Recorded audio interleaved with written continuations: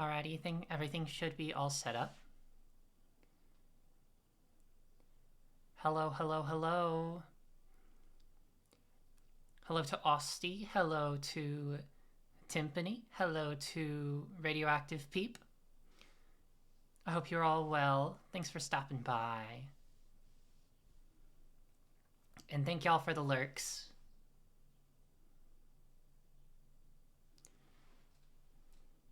I am very, very, very excited for today.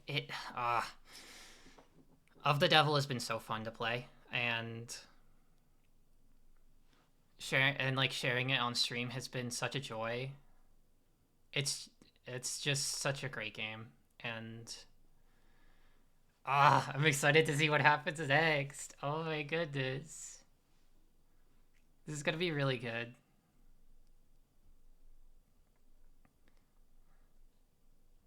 I promise, this game's gonna go really, really hard. Like, reading dialogue has never been this fun. To this degree, it's great. I'm so excited. But yeah, hearts to everyone out there. And why don't we go ahead and start transitioning on into the game. Let me start booting it up here. And wow, look, it's me. It's me. Whoa. Yeah. Hi, hi. Hello, hello.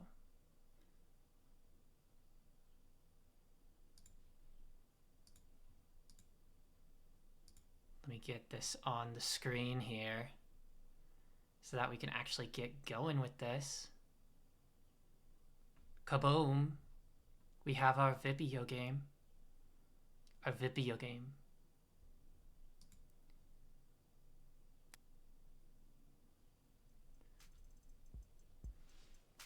Oh, jeez.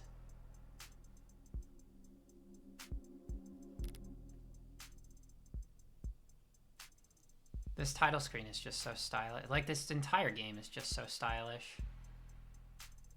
I feel like I say it at the beginning of every Of the Devil stream, but, like, wow.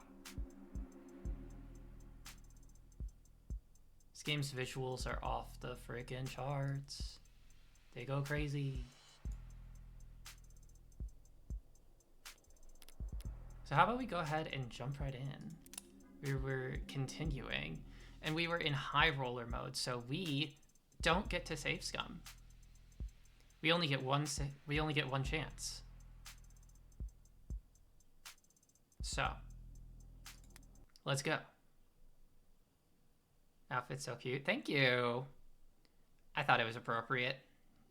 I thought it was appropriate given the detective,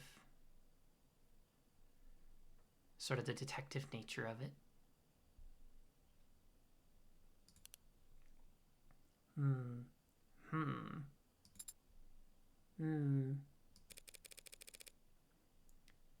Pretty quiet elevator, huh? Dining room. You could have taken the next one. It's a busy building, detective. Can't hold up everyone else on our count. Hello. Hi, Daisy. How you doing? How you doing tonight? Anything you'd like to grumble at me before I start? Were you worried you couldn't hear me?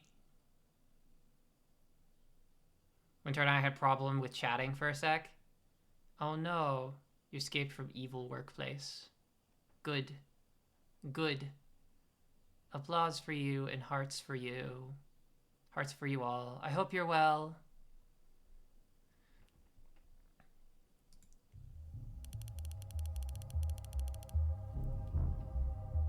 Don't touch anything.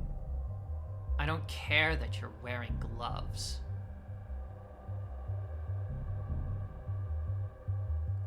Escape. I'm free. I'm free.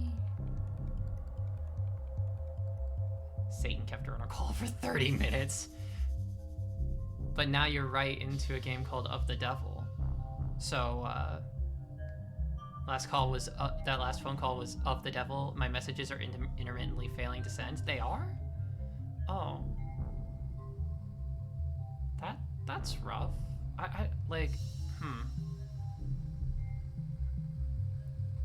don't think there's anything on my side I would have done to cause any like chat issues, but I hope that hope that it's just like network stuff. It's probably just Twitch.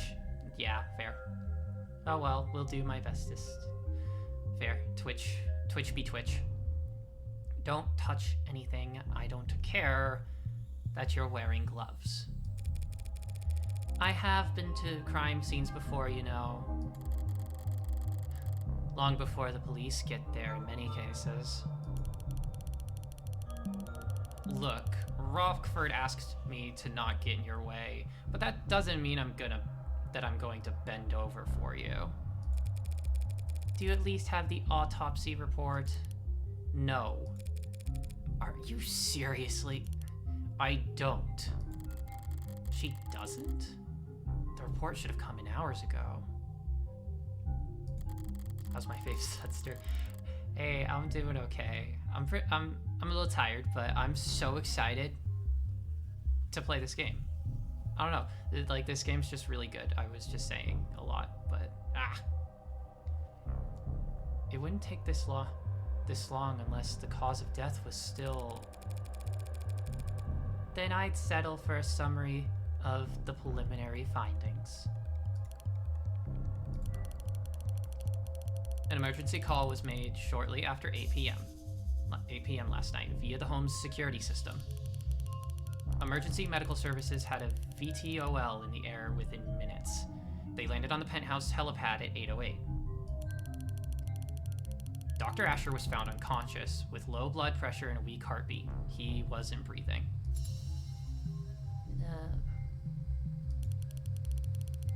In flight, auto triage administered artificial CPR while in transit to Gatesfield Memorial. He was declared dead within a few minutes after being taken to the emergency wing. I see. And the cause of death is being investigated. Make an educated guess. He stopped breathing, so they gave him oxygen. His heart stopped pumping, so they had the machines take over. His brain activity dropped to 0, and there wasn't anything else they could do.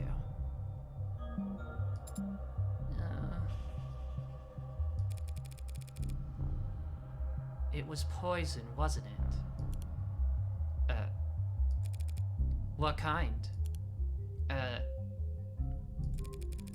You don't know, do you? They don't know either. Like I said, ma'am, we don't have the autopsy report yet. Why are you certain it was poison, Adonai? Couldn't it have been an accidental overdose? If he had overdosed on a commercial drug, even a pre-med student would have spotted it on the hospital's intake screening. They would have been able to pump his stomach, neutralize his bloodstream, and he would have lived. But he didn't live. So it must have been something deadly, a compound designed solely to kill.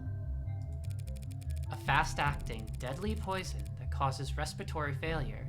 The list can't be that long. Even just through process of elimination, the medical examiner should have identified it by now. Unless... You suspect a designer drug, don't you, detective?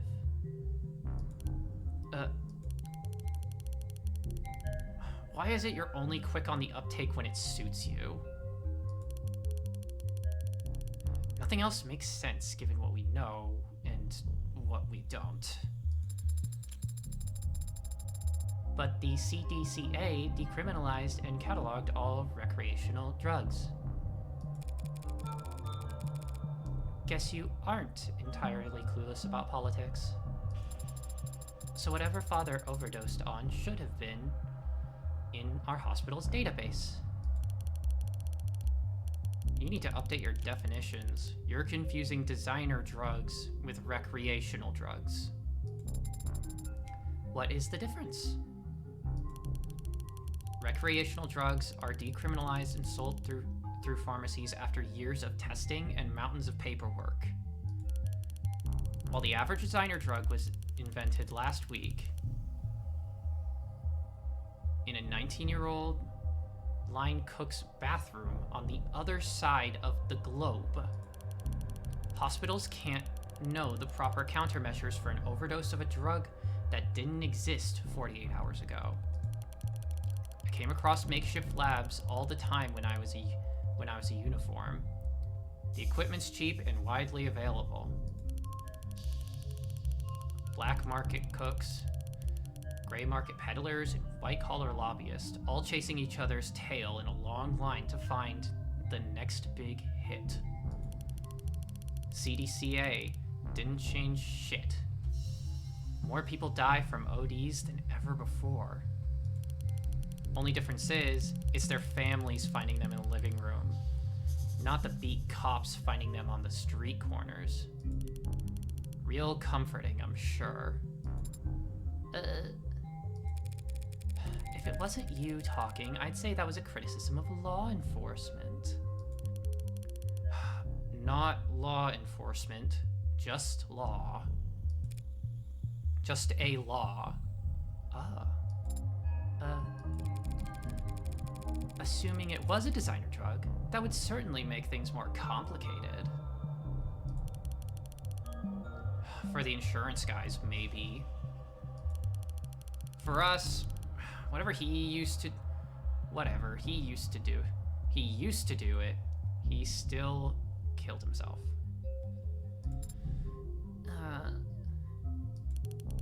Or didn't kill himself, if you insist. I'm going to take a look around now. Yeah, sure, make yourself at home. What's the face for? I thought that there would be an outline. An outline? Around where they found Father. Like in the movies. Like in film. Connect to the police network and bring up their ARCS file. Augmented reality crime scene. I see. And we get the augmented reality crime scene. This part was pretty cool in episode 0, so I'm excited. But yeah.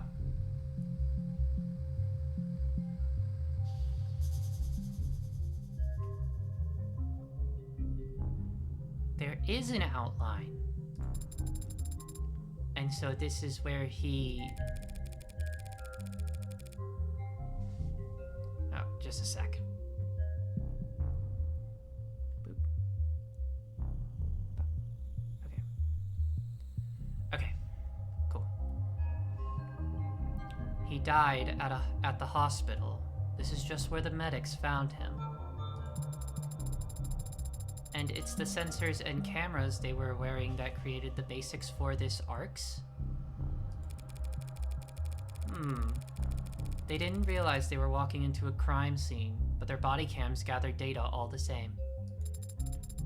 Where do we start? You can start by following behind me and trying to be as quiet as possible. I'm starting to get a feel for when she's pouting even without looking. Alrighty, we get to do some investigation. But yeah, No, I'm doing okay. You know, it's the evening, so once I get some good laughs, good laughs and good intrigue in from this game, I will be way more awake, DBH.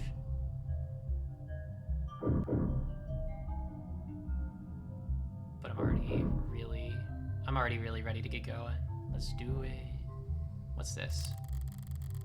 A chessboard and a data pad with a series of characters on it. E4, C5, NF3, E6, D4, CXD4, NXD4. This is... Sophie, you should stream Nubby's Number Factory. I don't think I've ever heard of that. I saw you were playing it though.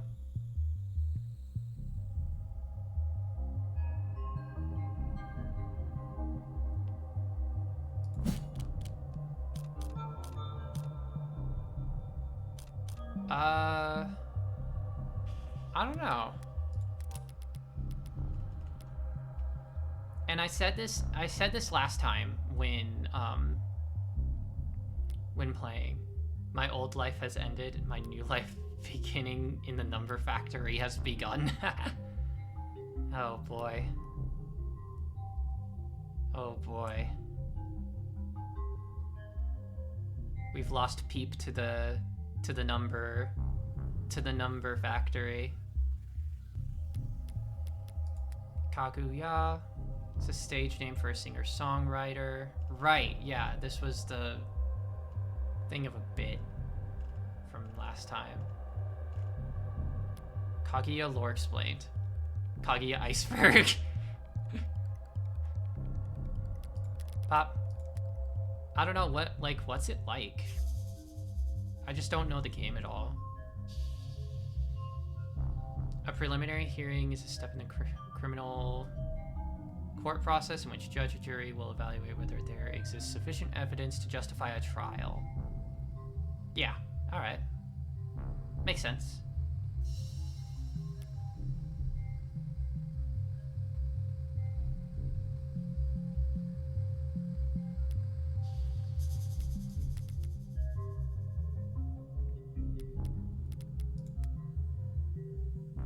An archaic term for a dog or abandoned mutt.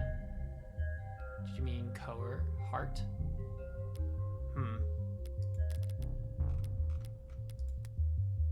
Interesting.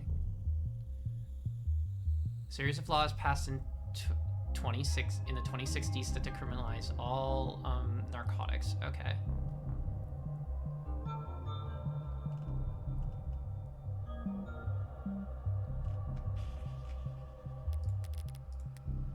And then we just got that. Profiles. If we go back to David Asher, he's the one we're trying to figure out. Let's see.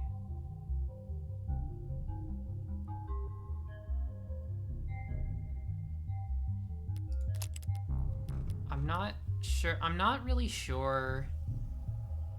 So I'm not really sure if this is a chessboard. And it's not like directly a message, maybe? I don't know. Honestly, I kind of feel like it's just a game, but you know, why is the chessboard out? Question mark.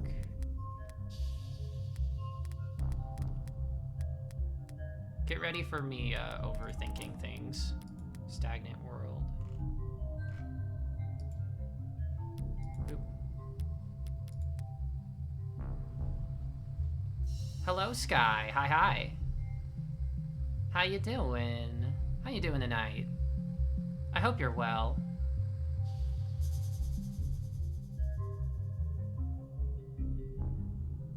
How's the game going? We are just getting started. We're right now we're doing some A little bit of detective work on the crime scene. How are you? How's your evening?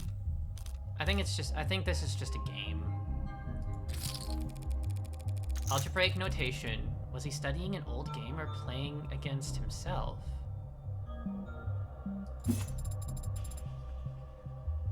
Black has checkmate in 40 moves. Wow, a robot that's good at chess. We ought to put you in a museum.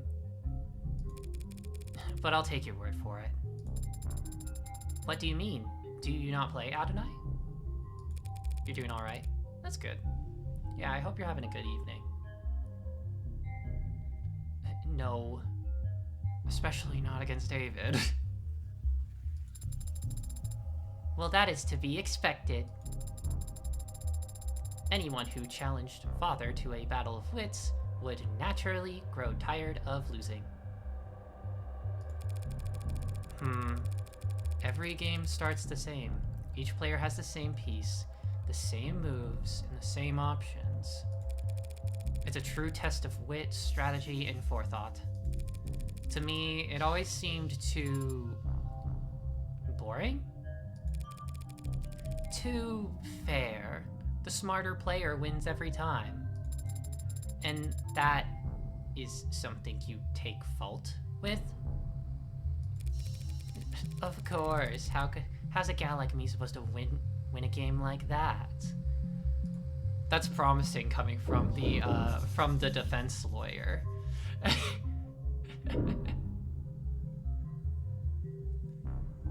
That sure is promising coming from a lawyer. What's over here? I always admired this view. The buildings gleam with reflections of holograms and sunlight, and their shadows obscure all the rundown, rotting parts of town. Maybe the view's secondary. Maybe all anyone really wants is to put as much distance between them and street level as possible. Is it possible that a witness could have seen something through these windows? Not through these windows, no. David installed wide-spectrum auto tint in all his homes, all his cars. I didn't know that. Well, you wouldn't notice unless you were viewing the penthouse from more than... Why did he care so much about his windows? I don't think there's anything over here on the left, so I think there's just stuff on the right. Oh, what's this? Police androids monitoring the scene. Could almost mistake them for the real thing. The way they stand there, trying to look important.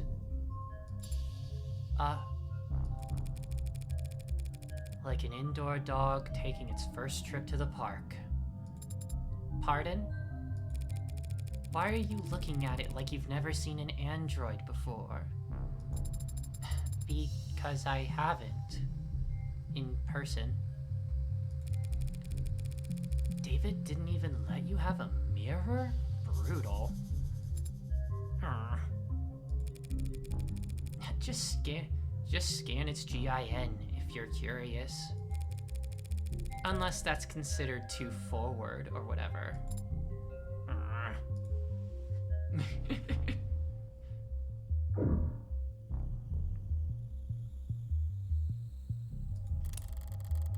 Let's look at the table. Better take a closer look. Ah, there's more to get on the table. What's this?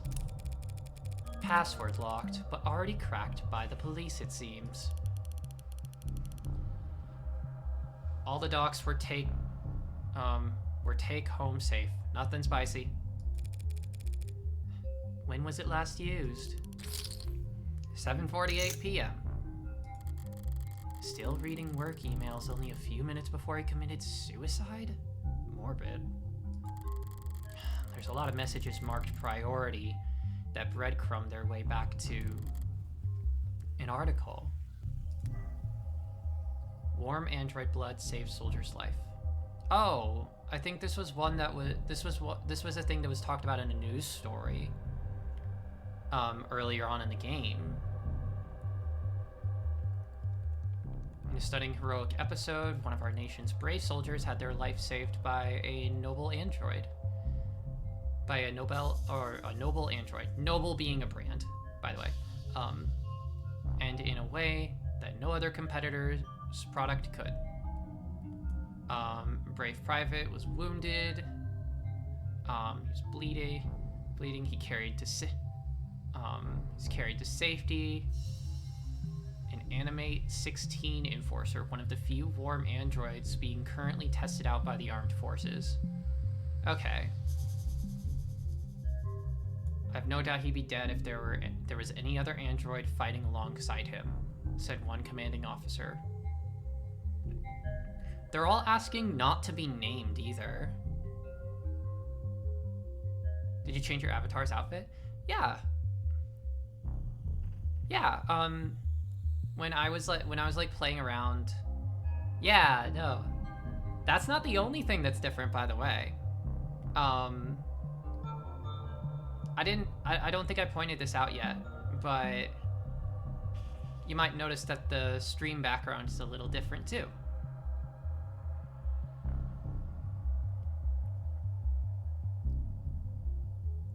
And that is also thanks to the lovely radioactive peep.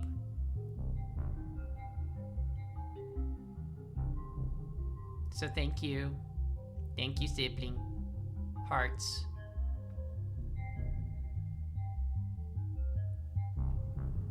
But yeah, I thought it's very nice. Yeah, thank you. Yeah, I kind of had this outfit like ready to go for a while. I just haven't like used it. It's just a like a V-Roid outfit, a regular one, but I think it looks neat, and I thought it'd be fitting. Noble's warm androids have proven themselves to be worth their price tag. It is certainly an interesting idea, Senator Mathings. Mathings. That's a last name. Said when asked about committing to a military contract for Noble to provide the armed forces with warm models.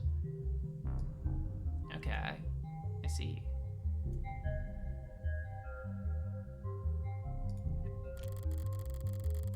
This is the article that I've seen going around. But why would Noble have it marked as priority? Starling said they weren't in any rush to pat each other on the back over it, even though they'd won themselves a real prize.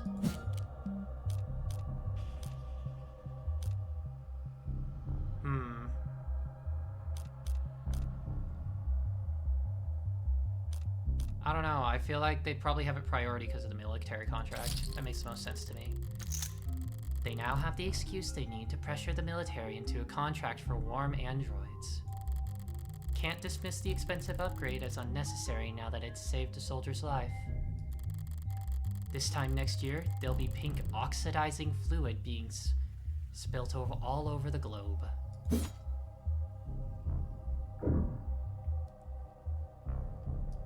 We'll inspect this. Rose River Whiskey, 12 years old. You recognize it? Sure. He was more than partial to the brand. It's a good brand, only a bit overpriced, which is the bargain of a lifetime in David's world. It appears that the police have already tested its contents. No foreign matter present, was their conclusion. Is it possible that the police missed the poison? No. Even if they can't identify the poison, they can detect its presence by comparing samples of the whiskey to a bottle off the store shelf. So we can eliminate the possibility of the bottle of the whiskey was poisoned. We'll have to find our smoking gun elsewhere. And then there's this cup. Like, this is the obvious thing to check, but I want to check this cup too. 2 cups. One empty, knocked over, and one mostly empty. These look cheap. Does Guest bring them? I've seen them before in the basement liquor cabinet. He kept these lying around? I knew he regifted those crystal glasses I got him. Arx says there's nothing foreign in the upright one, so it can't have been poisoned. Results are inconclusive on the other cup, however. Looks bone dry. Must have been nothing but fumes left by the time this was considered a crime scene. Just not enough there for them to test. Inconclusive could mean... Inconclusive means inconclusive. That's all. Cheer up and read me the results of the fingerprinting. Father's prints are on both cups, as expected.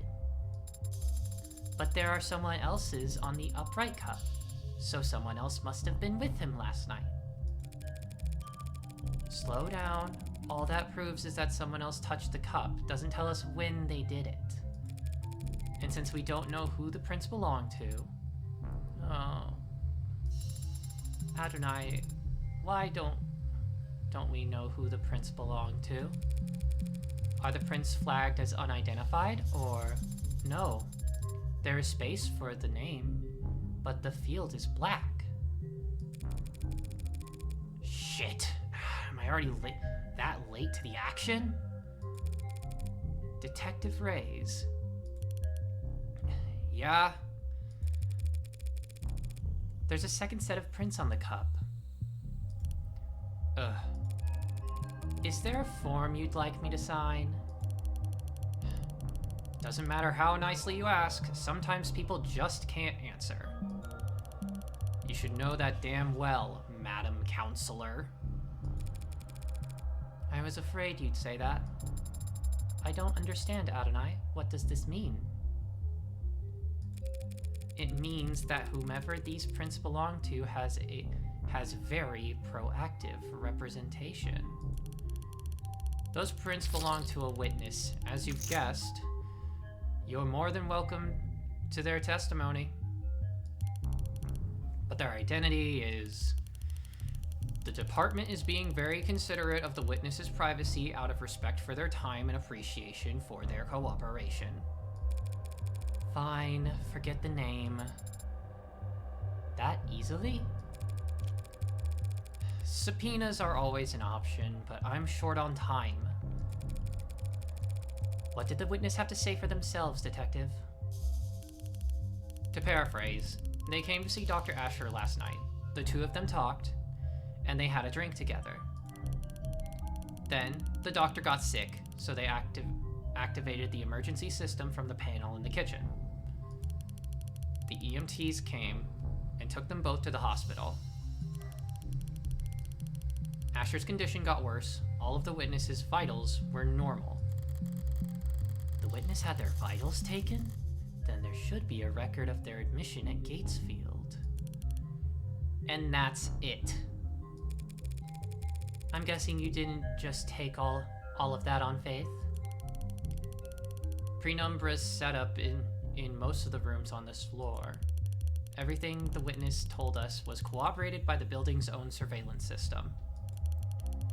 So, yes, we can guarantee the witness never put anything into Asher's drink. I'm guessing that I can't have the keys to the penumbra, can't I? Not until the witness's lawyers are done reviewing it. Lawyers? Plural. I don't have the time to trade jabs with law offices of Johnson, Johnson, Johnson, and Johnson. Johnson, Johnson, Johnson, and Johnson. For all your Johnson needs. Johnson. Say, how about I give you their business card?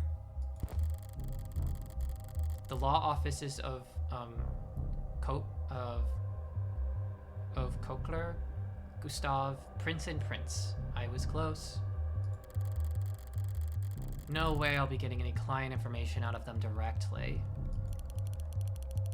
If all you bloodsuckers want to get together and tear each other apart, text me before you start. I'd like to watch. Yeah, I bet you'd like to watch. What does that even mean? Morgan. even Sarah here is like, what? Huh? I don't know. Needed a moment to think. So that was it? One chat, one peek at the cams, and you've already eliminated them as a suspect? Look, they were searched. They didn't have any poison, any drugs, not even a stick of gum. Even if they somehow did have poison on them, the camera footage confirms they had no opportunity to use it. They drank from the same bottle as a dead man. As far as the department's concerned, they were nearly the second victim. But they aren't dead, or even ill, from the sounds of things. So you think he poisoned his own cup beforehand, then poured for both of them from a safe bottle? That's what the evidence is telling us. There's nothing in the bottle or the witness's cup. But after drinking from his cup, a cup he prepared himself, he fell ill, and the witness didn't. And Asher died with a foreign substance in his body.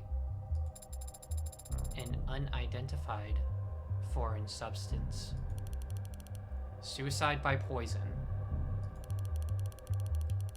I get that you were close, and simple explanations aren't all that satisfying, but that's life. One last thing. You just said he prepared his cup himself. Did you see that on camera? He left the parlor to get the drinks and came back with his already poured. The witness said he got them from the basement. The witness says that? Not the cameras. There's no cams in the lab or the basement. That seems like a security hazard. Why would Noble not set things up more carefully? It's intentional. If cams of his lab ever got hacked, outsiders could steal his IP and kick Noble's monopoly to the curb. Right. David did complain about Noble's weird protocols for combating corporate espionage. At least we can take comfort in knowing that Father wasn't alone when he died. Yeah, that's worth investigating. Okay, yeah. No, things are getting very heavily suspicious. What do you mean? That he poured the drinks off camera?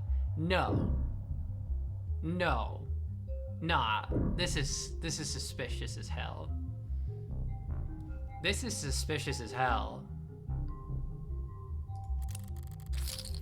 Spilled alcohol. The arc shows how it looked last night, before it evaporated. No foreign substances in the puddle. It's clean. So does that mean whatever the spill came from must be clean as well? Okay, like, no, you can't just like have like the poison get like poured into the cup off screen and have like just no suspicion at all. This is gonna be interesting. This is gonna be really interesting.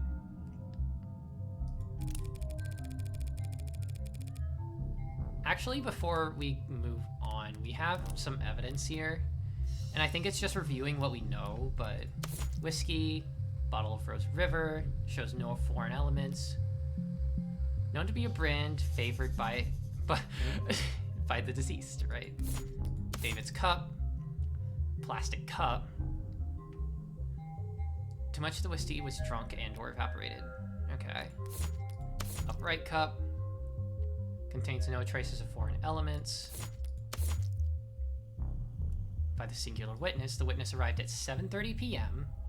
Okay, that's good to know. Arrived at 7:30. Witness spoke with David Asher in his parlor before he left to retrieve liquor from his basement at 7:36. Upon returning at 7:38, the two of them continued speaking. And then he fell lethargic and disoriented shortly after 8 p.m. And then David Asher lost consciousness at 8:03. David Asher and the witness were taken to Gatesfield Memorial Hospital at 8:08. Okay.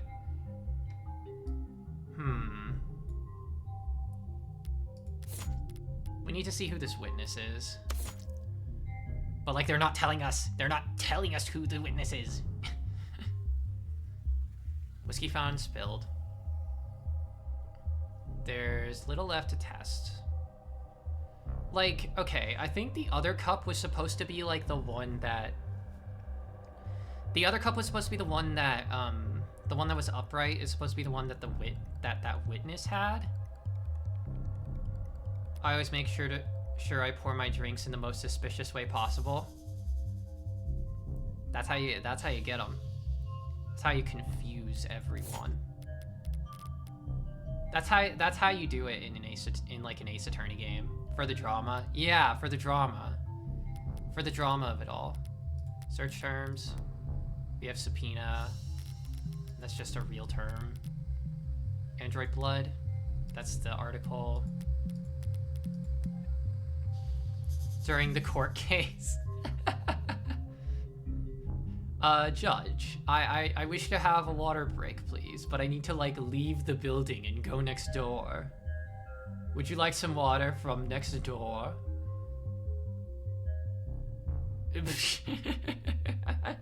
Jeez.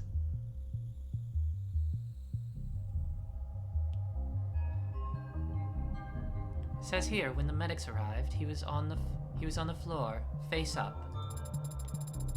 Does that tell you something?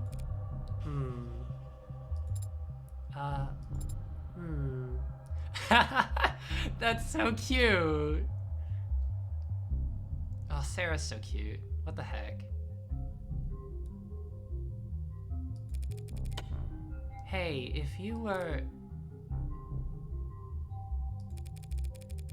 going to drink a glass of poison, would you be sitting or standing when you did it? I find it very difficult to speculate on that hypothetical scenario. The seat by his body is pulled out. If he was seated when he lost consciousness, I would expect to find him slumped over on the table. But he wasn't found slumped over. No, he wasn't. And if he had been standing when he lost consciousness, I would think he would have fallen forward, or at least collapsed less neatly. So what can you conclude from that, Adonai? Only that I'm missing something. Ooh. Whoa. Whoa. Is there anything else here? Oh, that? Oh, right. There's, like, this collapsed chair. Also, is the music fine compared to my voice? Just want to check.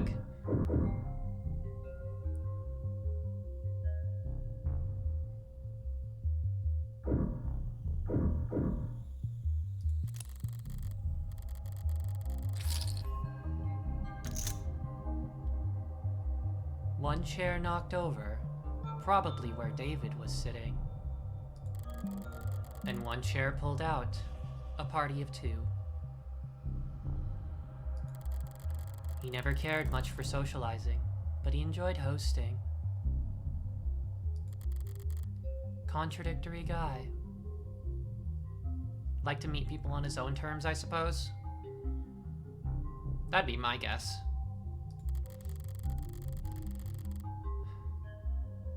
I'm currently on Twitch Mobile, which I've heard isn't a good indicator. That's fair. That's fair enough.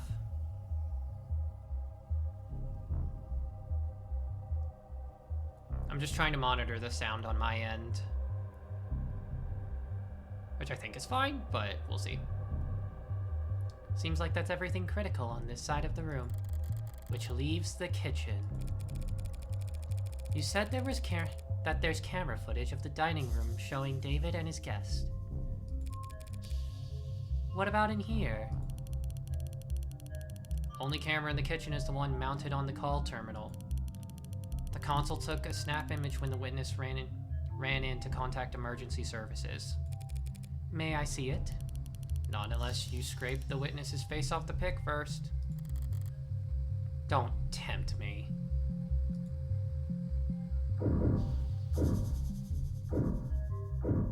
Alright, we've got some more investigation to do. 3 unwashed dishes and a single glass. Rays, these dishes haven't been scanned for prints yet. And I just assumed you might want to do your job. Ugh. Yeah, there are prints. Most match the victim. But there's also... Huh? Hey! Don't sneak up on me like that. All I did was walk over to you. You knocked over the salt, Adonai. I was focused on the task at hand. Didn't realize tunnel vision was a selling point on your mod. Adonai, the salt. As I was saying, the witness's prints are on that glass. That glass in the sink? They were drinking from cups in the parlor. Did you see a glass on camera? No. So when did they touch this glass? You need to toss it over your shoulder. Witness must have thought about giving the guy some water. But he would have just choked on it if they had tried. What? You think this glass was the murder weapon? It's bad luck, Adonai. Whacked him on the back of the head so fast it went between video frames. That's genius. You should go through the footage frame by frame to prove your theory. Ugh. Mature. It's bad luck. What have you been going on about? The salt? Shouldn't a machine be above petty superstition? It's not superstition, it's ancient wisdom. Give me one logical reason to care, then. If too much salt spills on your food, it makes you gag.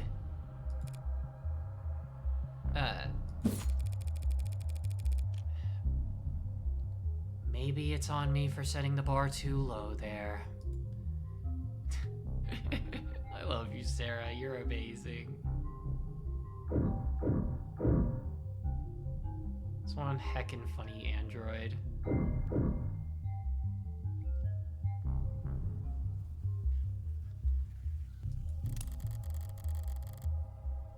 Messy workspaces, but a pristine kitchen. David was a good cook, but only for others. Unless he had a guest, he'd happily eat instant ramen and protein bars for all 3 meals. Or 2, or 1. No signs of food prep to be found. Not so much as a cheese board. So whoever this guest was, they must have shown up unannounced. Interesting. Interesting idea. Okay, let's check the camera. This is where the emergency call was made. What time did the call go out? 8:04 p.m. Before you ask, the witness left the parlor at 8:03 p.m. Not enough time for them to alter the scene. I wasn't going to ask that. When did the medics arrive? 8:08 p.m., remember? Hell of a response time for a penthouse. Private EMs came by air? Yeah, they landed on the VTOL pad you saw outside. Took them to Gatesfield. The very best, if you can afford it. Looking around here, seems like he could afford a lot. He got his insurance through his employer, just like most people.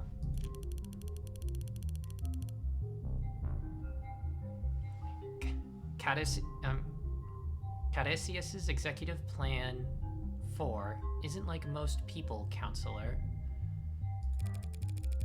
He had executive level? Not like most people at all.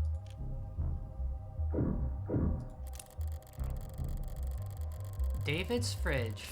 Normally I wouldn't go poking in the pantry at a crime scene, but this was a poisoning. Some white wines chilling in the drawer, some real cheap liquor stuffed in the icebox. Old habits. Rays, you said he left the parlor and came back with that whiskey from the basement? Ha! That's what the cams show, yeah. There's plenty to drink right here, and unlike the cabinet downstairs, it's actually cold. He must have wanted Rose River in particular.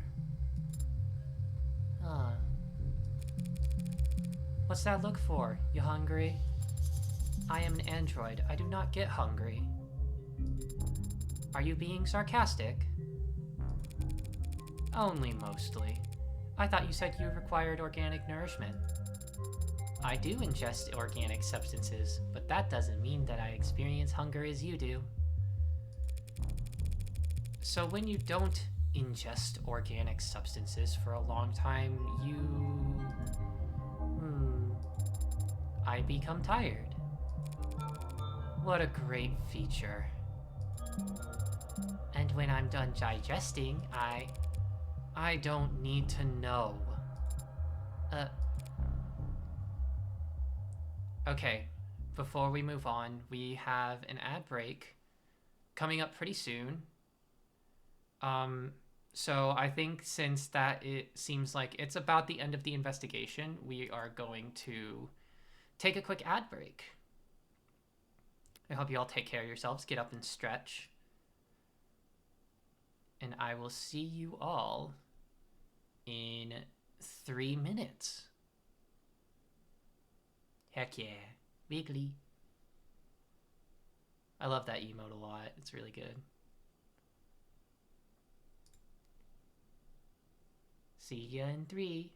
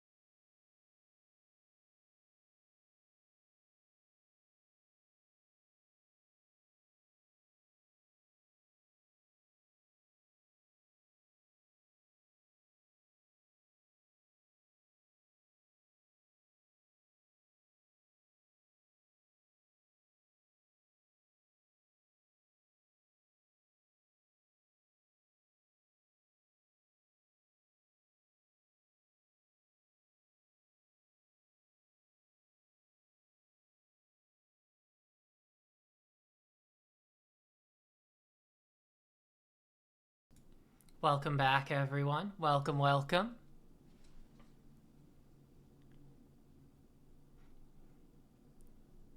And yeah, this music is really good. I enjoy it a lot.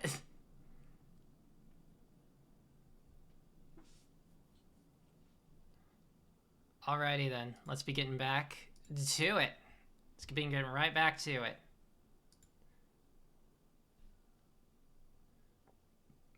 Put the video game back on.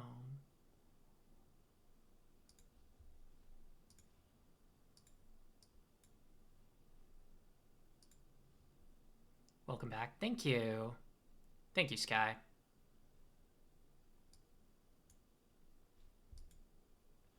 Alrighty. Game's got no audio right now. Right, that's why it's quiet. Cool. Yeah. Alright, we did all our investigating. Now it's time to put some stuff together. We've got a lot of evidence here. Glass of water. Salt shaker. Wait, they put the salt shaker in here? That was accidentally knocked over during the investigation. The cap was loose. Spilling salt is an omen of bad luck, according to some. Consuming too much salt at once will make you gag, according to Sarah. Vital information right here. We listen to our android. We listen to our android daughter in this house.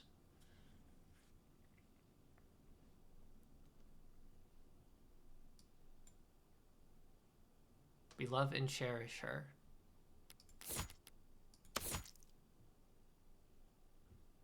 David Asher's health insurance policy with Caduceus. I think that's how you say it. I'm not 100% on that.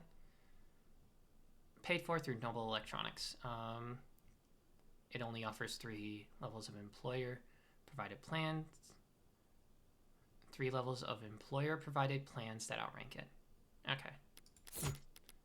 Emergency console. Gotcha. But yeah. While we continue on, for those, oh my gosh, you can see Sarah's eyes through the phone. What the heck? That's crazy. For anyone in the audience, I would like to ask who if y'all I would like to ask if any of y'all have any experience with like Ace Attorney or Danganronpa or any of those games like that.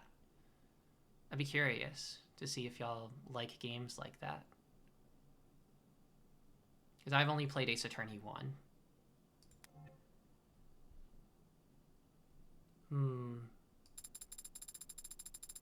You've now had the chance to survey the crime scene. Yeah. So do you think you know what happened? Detective, is his body still at the hospital morgue? Yeah, he's at Gatesfield. I played through all but the last Danganronpa game. Ooh. So, like, Danganronpa 1 and 2, essentially? Or even, like, spin-offs?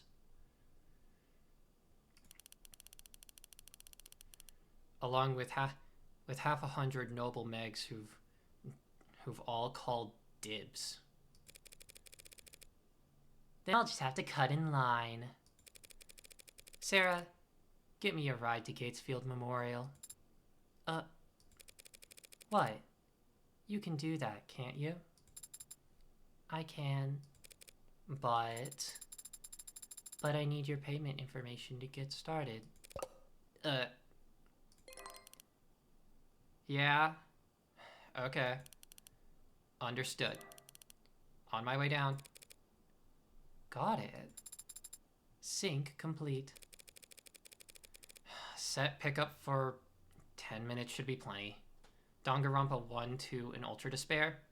Ah. I see. I've like seen plot summaries of the Danganronpa games, so like I kind of know what happens with them, but I don't but I haven't like actually played them, you know? Conversely, I have played Phoenix Wright 1, but I don't know what happens in the rest of the series.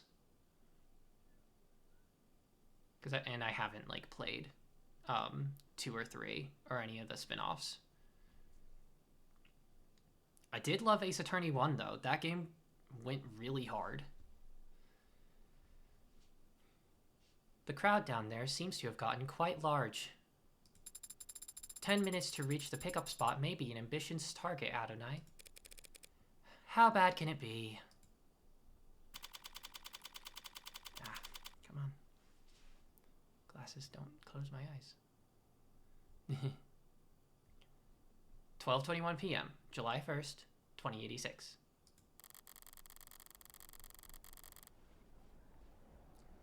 As I approach the lobby's exit, the building's soundproofing begins to fail. The crowd has gotten bigger, but there's something else happening out there.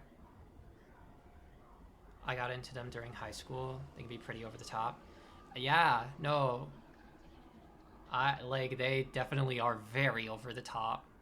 They are, like, so over the top. They're crazy. Like, literally just with the plot alone. Like, holy crap.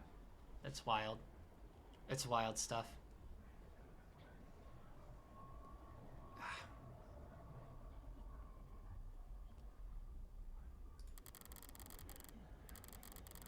The energy's not panicked yet, but creeping up on the tipping point. Are this many people pissed at Noble for selling androids? The hell's got them all so excited? Adonai, what does that symbol mean? In this rabble? Probably something vulgar. Which one? That heart with a bullet hole. I don't know. It's probably nothing. Yo, that's the Of the Devil logo. What the heck? Hello? Oh, my phone's about to die on me. Gonna have to drop for a while. Aw, sounds good. Sounds good. Sorry, your phone's dying. See you back in a bit. If you decide to come back. Hope you have a good evening. Hearts.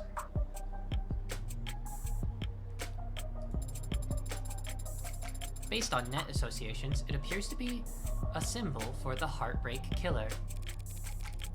That doesn't make any goddamn sense. Why would that freak have a symbol? Or a following? Or these... whatever these people are. And why the hell would they be outside David Asher's apartment? 'Cause Noble's trying to cover up the truth.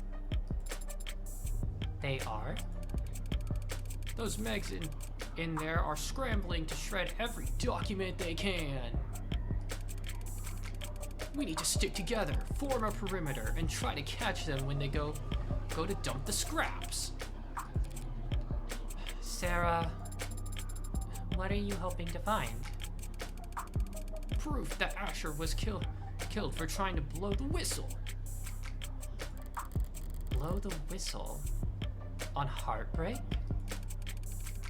Noble doesn't want the world to know that the A16 is sentient and homicidal. You think that Heartbreak is an android? You think whatever did all that was human?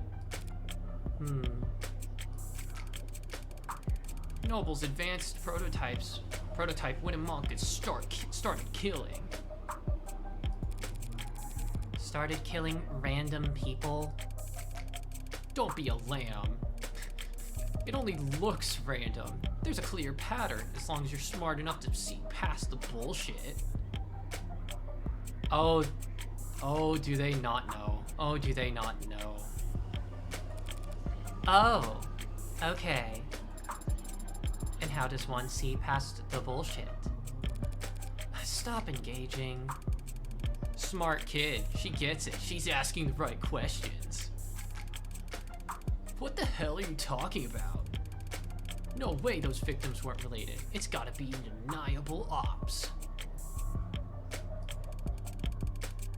They must all have been in DO together before getting their records bleached. Then, as soon as they've outlived their usefulness, what are you, nuts? Everyone knows the first 6 HK got to were the 6 prototypes that came before him.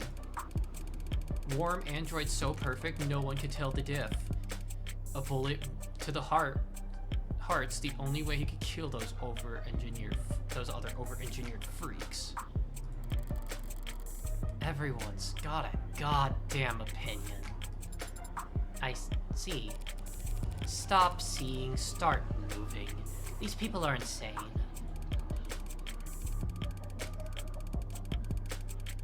Why don't you eat some more corn slop, asshole? You think you can be the cyberpunk? Be the cyberpunk, huh? Without ever thinking for yourself? What the fuck does that mean? I'm sorry. No, what? Huh? Cyberpunk. Originally a term coined in a short science fiction story and later grown into a genre. Yep. Referred to a counterculture centered around themes of underdogs resisting powerful corporate or government forces through digital guerrilla warfare. Okay. While the genre has persisted to modern times and evolved in numerous ways over the past 2 decades, it's taken on a new meaning as a mythologized way of being for the adolescent or disaffected to aspire to. Code of conduct that emphasizes anti-authoritarianism, community organizing, corporate disengagement, and socioeconomic consciousness. Okay. The so-called singular cyberpunk become the 21st century man without a name, a wanderer with their own rule of law.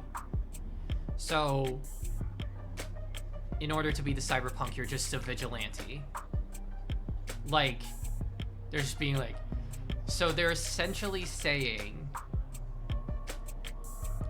wake up, don't you want to be like the Batman? Like the real Batman? Or like, don't you want to be Daredevil though? Like, for real? Lol. There's no such thing as a 21st century hero. Is it any wonder the most vulnerable among us turns to the past for guidance?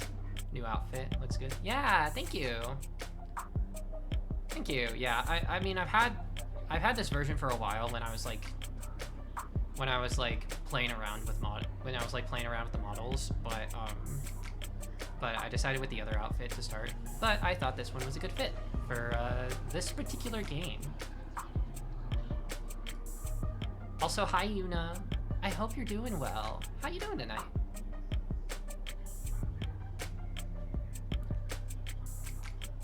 Get ready with me, Cyberpunk. The 99 Man explained. Are co-ops illegal? Okay. Cultural critic Simon Cynthia summarized the appeal as thus. Okay.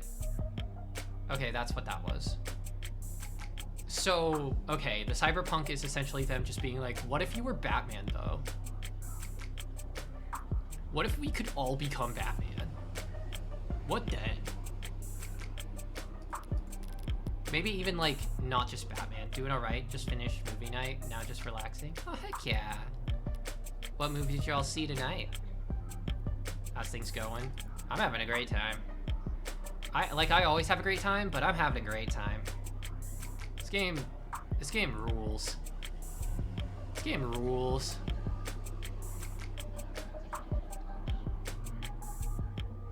Deniables, fictional classification for clandestine state actions that need not be taken responsibility for because plausible deniability and military disinformation efforts create enough confusion that every party involved, even victims, can spin the outcome to suit their own needs. We watched the Read or Die OVA. My pick. Oh, I see. Hey, Pilot. Hi. How are you? I'm assuming you were also just doing the movie.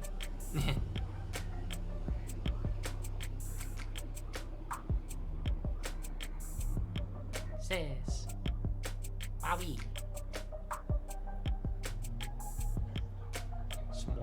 time. Deniable ops are a common recurring concept in online conspiracy theories, often used to wave away questions about why supposedly explosive events are never reported on through the media or addressed by world governments. Okay.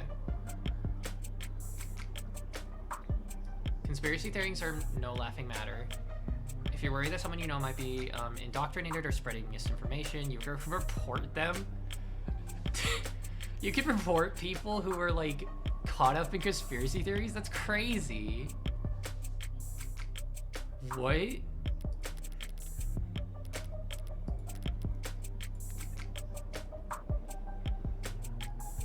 Like, I'm sorry, the phrase "be the cyberpunk" just like caught me off guard so bad.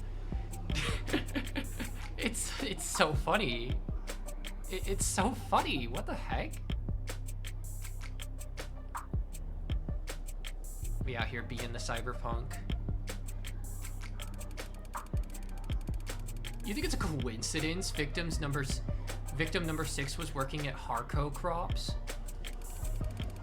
They're putting something in the food. Those people, heartbreak. This is a goddamn embarrassment. The hell am I paying taxes for if the state can't shut this shit down? Oh, it's this scene? I'm sorry. Am I? Okay, wait. Okay? Oh dear. Oh no, what am I getting myself into? Alright.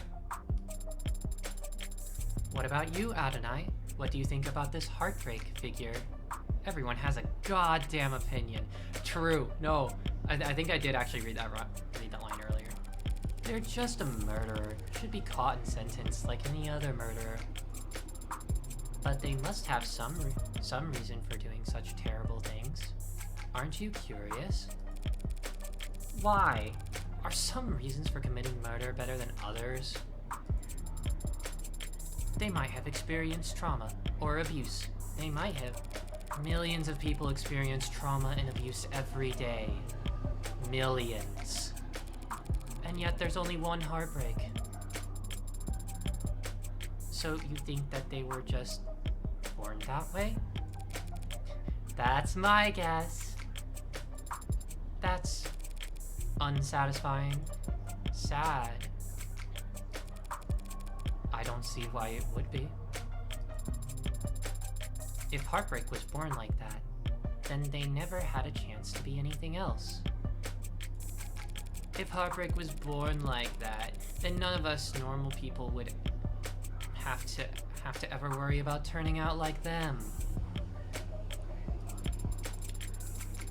That kind of predestination, it means they never have to take responsibility for what they are. The state can't make them take responsibility. As soon as they catch them.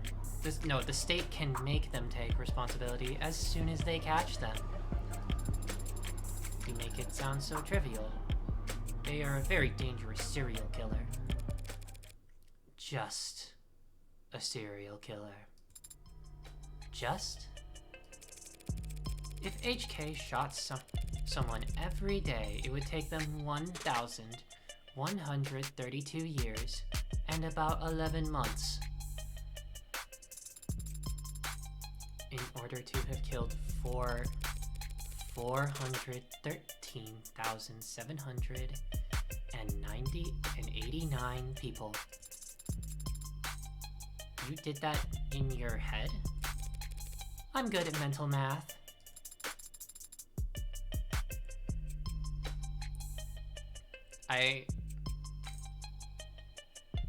I'm not gonna say anything. I'm sorry. You counted the leap years. But what is the significance of that number?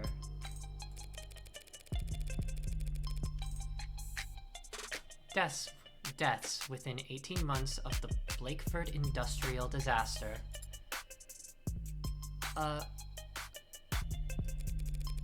Times that number by 2 for the injuries. Tack on another 183% for birth defects.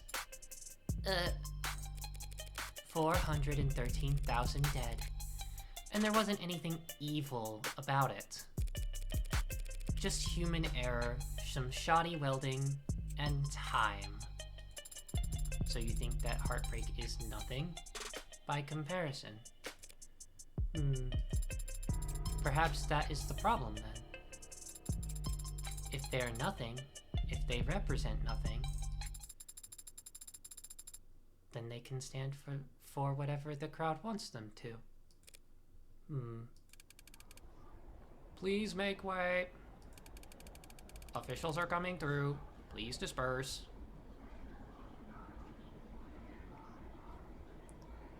Morgan doing math that fast was kind of hot. Okay, okay, that's all I'll say. Keep walking, pigs. Fascist.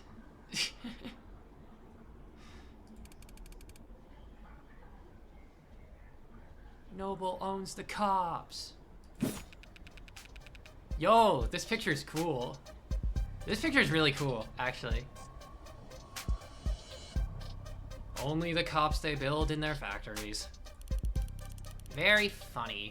Why are we tolerating this shit?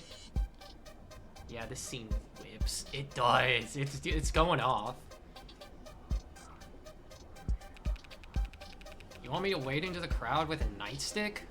Prove them wrong? You know what I mean. We're the only people in this city trying to do some goddamn good, and they're all just... That's just part of the job, part of our job, detective. No offense, madam, but wearing a police badge earns you a little more hate than... Do they give prosecutors badges? I have an idea for the parking garage. Does that count? Depends. You ever hesitate to wear it in the open? That picture is cool too! This is awesome! Might be the best distillation of the devil vibe. Yeah! Oh, this is cool! Give me a picture. This moral relativism of yours seems like a strange philosophy for someone in your profession, Adonai. Breaking out the thesaurus on me? I'm only being realistic and humble. I'm just one woman, Sarah. Whatever I do, right or wrong, it's less than a perfect rounding error in the grand scheme of things. Do you tell that to your clients? No, but they come to appreciate it when I win.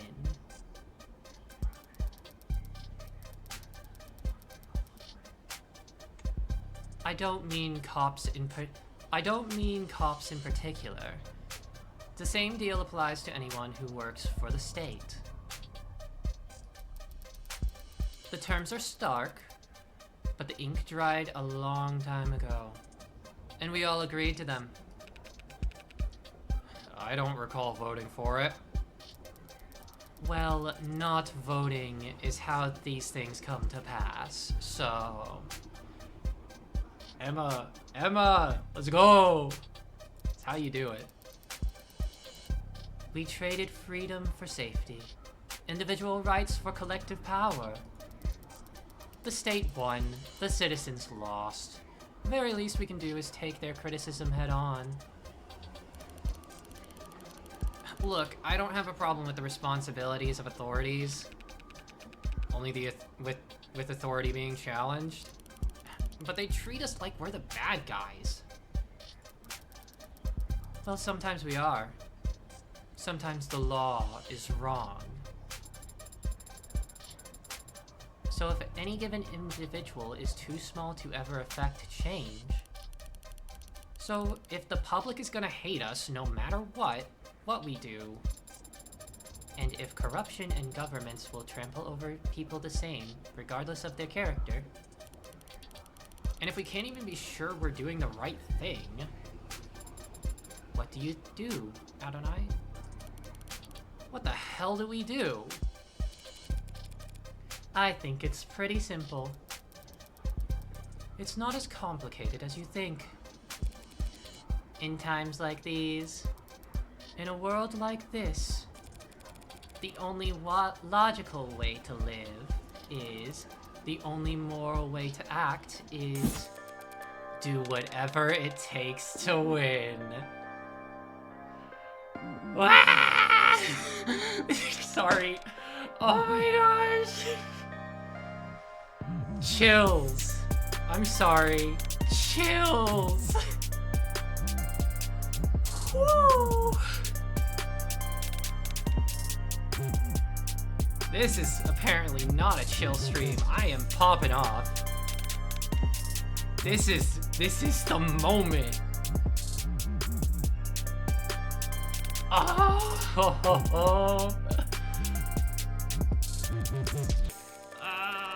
gosh. Whoa-wee. Let's go. I've seen that. I've seen that screenshot before too, but like I don't like. Maybe I should have seen it coming. Also, just to make sure my voice isn't like being drowned out by music or anything, right? It's a little loud in my headphones. Maybe I turn that down. No, you're good. Okay, I'm good. Thank you. I think it might have just had my headphone volume up a lot. Okay. That beat drop was really good though.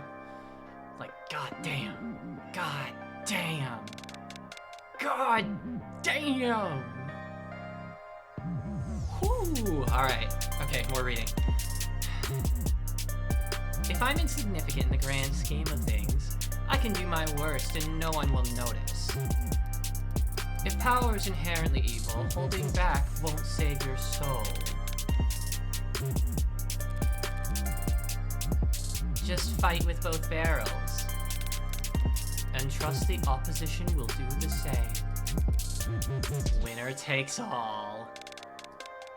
Chills. Chills. Hoo-wee. Chills. 12:59, July 1st, 2086. Whew. Okay. Whew. I need to... Whew. Okay. Alright. All that excitement can wear you out. Gatesfield Memorial Hospital. Oh, my freaking...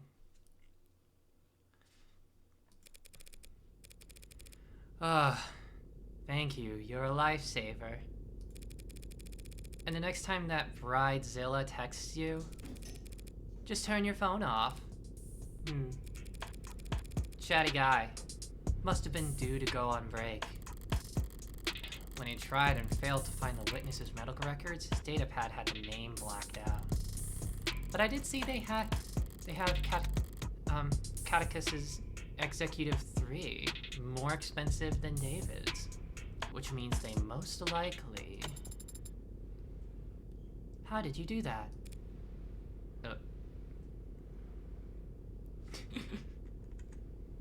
God, these portraits, I love them. You need to hold the button to get the doors to close faster. Mashing does nothing.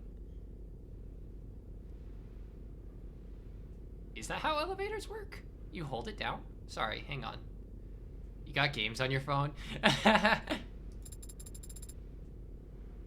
is not what I meant. There are many others who arrived before us. How did you get us down here so quickly? You got games on your phone? You got games on your phone? Adonai, you got games on your phone? Morgan, are the games on here? I like the semi-3D effect of the background. Yeah, no, it's cool. Hey y'all, where do we find Fortnite?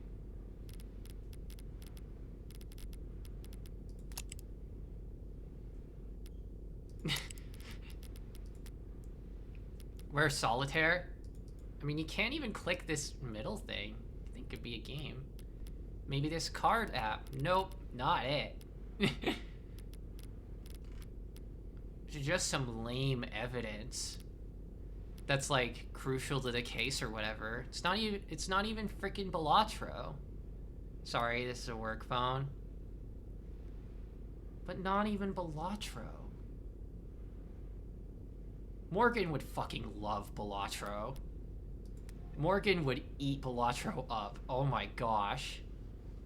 Like, now I'm thinking about it, Morgan would be playing that shit all day.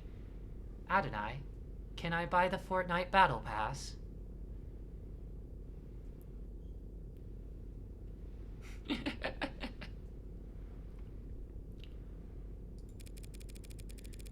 Well, I didn't do anything. It was the nurse who escorted us. Yes, but you managed to get a stranger like him to help you with so few words, so little information. I don't think you even gave him your name. Haven't you heard of the golden rule? Hehehe. Hehehe. Why are Sarah's reactions the best? Just all of them. All of them are the best. Of course I have. Treat others how you would want to be treated. Wrong. Treat others how they would want to be treated. He wanted someone that he could vent to. He wanted someone to pay attention to him. And he wanted to feel appreciated. Which meant he'd be eager to help given the chance. Even just reading someone's mood is quite difficult. How can you know how another person wants to be treated? There are no mind readers. No one can ever know anything about what anyone's thinking. Maybe not even themselves. Doesn't matter if they're your parent, your twin, your lover. It'll always be a gamble.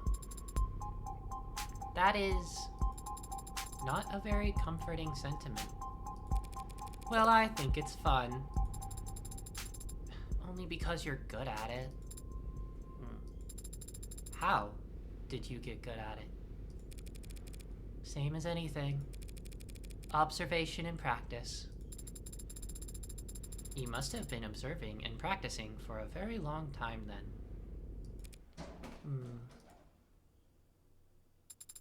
I guess so.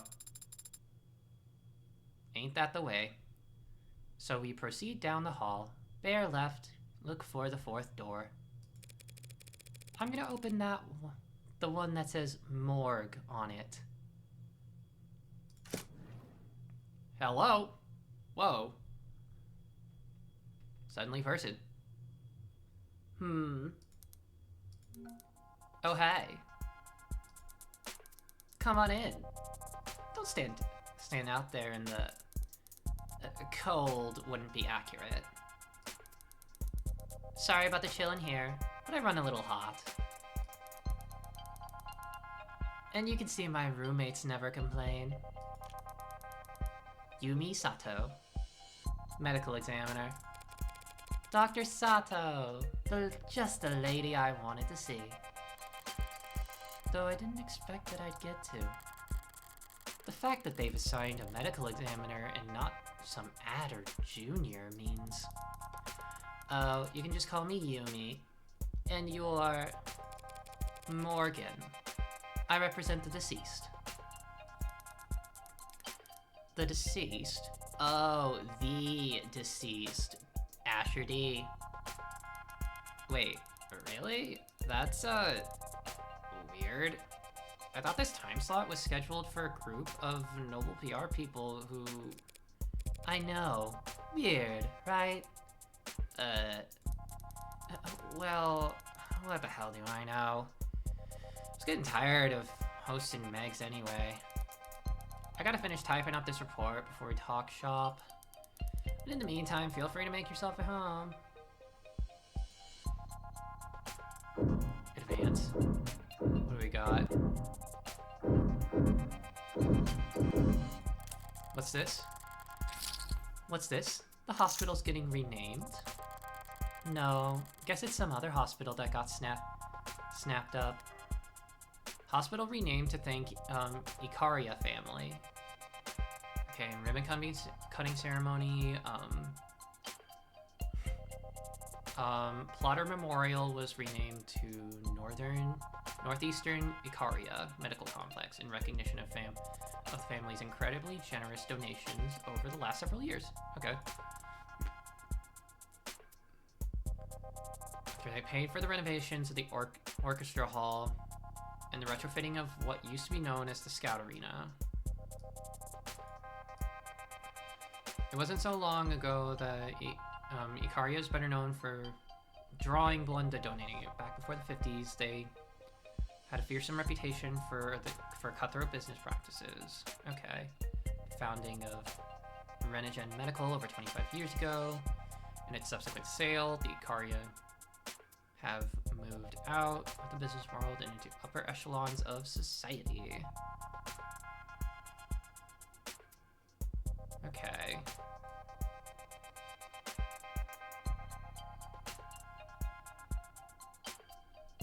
We're working hard to print out the rest of your article character by character. It's tough work, but we'd be able to go about it a lot faster if you'd leave a tip.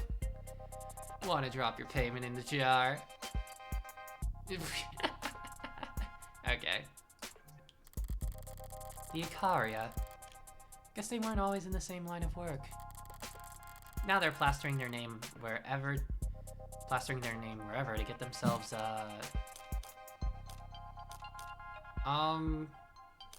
I guess a new image? Maybe.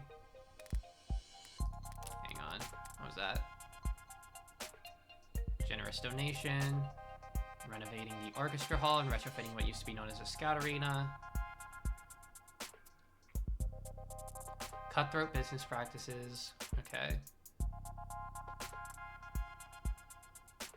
Neo-ability generation, newly minted aristocrats. Anyone can make a name for themselves so long as they're willing to put in the work. It's about reinventing yourself. Yeah, it's a new image. That's kind of what I thought, but new image. All the neo-ability are eager to prop up their image wherever they can. But that must go double for the Icarias. Assuming the truth about their criminal past is anywhere close to the rumors. That's a lot of screens. There's gotta be diminishing returns on productivity. Why do you have so many monitors, ma'am? You can't just ask someone that. Good question. Every quarter when they do inventory and budgeting, they ask me if I need anything. And I never do, so I submit a blank form. But I guess a while back, there was a +1 in the spreadsheet somewhere, and no one ever corrected it. So, boom. I get 4 new monitors every year. Do you run out of things to use them for? Sometimes. But this year I've started running 2 dramas at once when I'm doing rote work, which helps. Watching 2 televisions at the same time helps you do rote work? Helps me use up the screens. I see. She says that so eagerly. What else is around here? I think it's just that one thing right here. Are all these dead bodies? One would hope so. I only meant that I am surprised to see them stored here. It suggests a backlog, which suggests a higher murder rate than the public data would lead one to expect. Do you only examine bodies for the police, Doctor? Oh, I wish.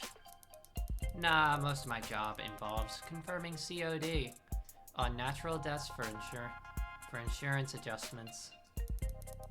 Insurers want to blame the mod for failing. Mod makers want to blame the stiff for not exercising enough. Family says the company insurance plan would pay for mods, but not a gym membership. Yeah, that whole wall, There's suspected defective liver mods, suspected leaking internal biobatteries, suspected CCIC. CCIC. Climate change-induced complications. You can prove that climate change contributed to an otherwise natural death? Very, very rarely. If it can be proven, what does that mean for the family of the deceased? Plus or minus 14% on their insurance payout. I mean, it's most of what I do, and I don't dislike my job. It's just... so much of what I do just boils down to telling a bunch of cheapskates how to split the dead man's bill. It's enough to make homicide feel like a breath of fresh air. She finishing up over there? Right, okay. So, what's up? Thank you for your time, Dr. Sato. My first question would be, what was the cause of death? Oh wow, hi there, cute android. I didn't even realize it was, really cute. The skin is... that's remarkable. Even just looking close, you can tell they really are warm.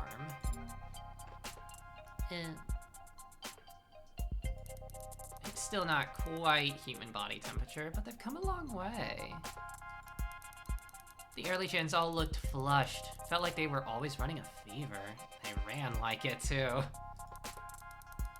Even 2 years ago, the average warm android only lasted... sorry, but the circumstances surrounding this particular case call for expediency. Right. So what can I tell you? Okay. We'll continue that line of questioning. Cause of death. Were you able to determine the cause of death? Well, cause of death, sure. We've got that much figured out at least. Why doesn't that sound particularly reassuring? Dr. Asher died of respiratory failure. Not enough oxygen in the blood, not enough blood going to the brain. Root cause being widespread depression of the central nervous system. What would the symptoms be? What would it have looked like? Lightheadedness, followed by dizziness, then headaches, slurred speech, exhaustion, loss of consciousness, and finally, respiratory arrest. Reports show the EMT tried intubation, then resuscitation through electrical stimulation, repeatedly. By the time he got to the emergency room, they were desperate enough to attempt direct artificial blood oxygenation, but it was too late. And you're certain of all this? Oh, well, most of it, sweetie. Most of it? Yeah, it's turned into quite the puzzle, and I'm used to having more pieces to start with.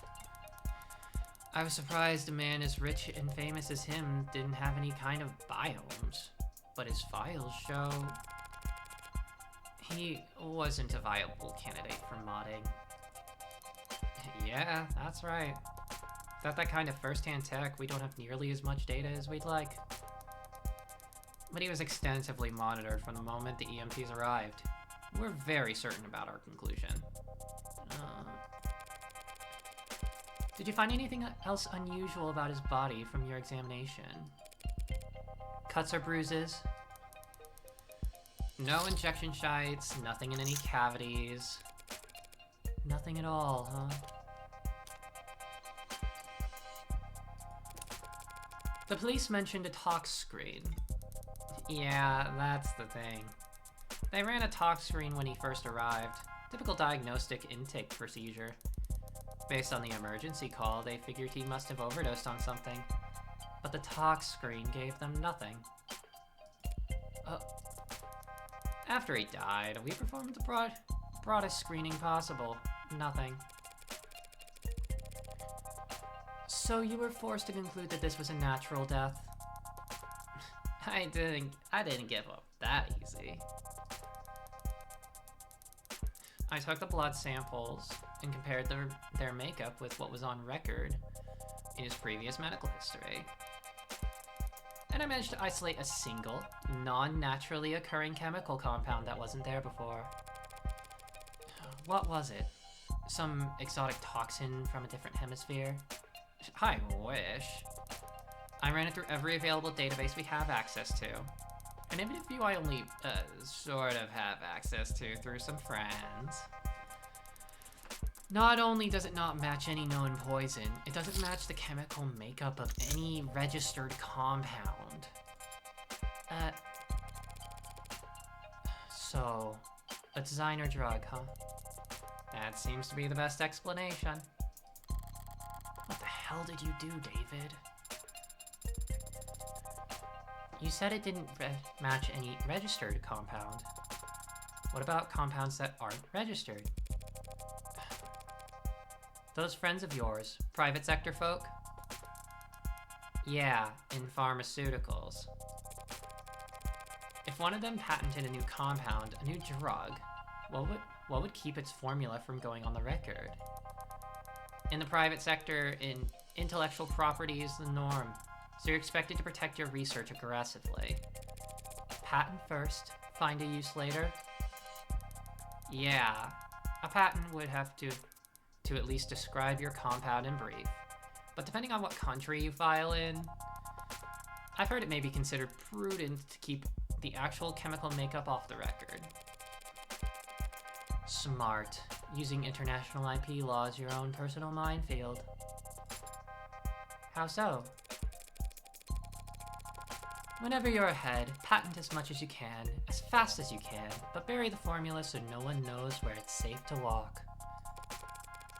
Anybody small and ambitious comes along, finds a new drug they're excited about, you flip up your card, let them know you came up with the idea years ago, and that you'll give them death by 1,000 court dates if they so much as blink.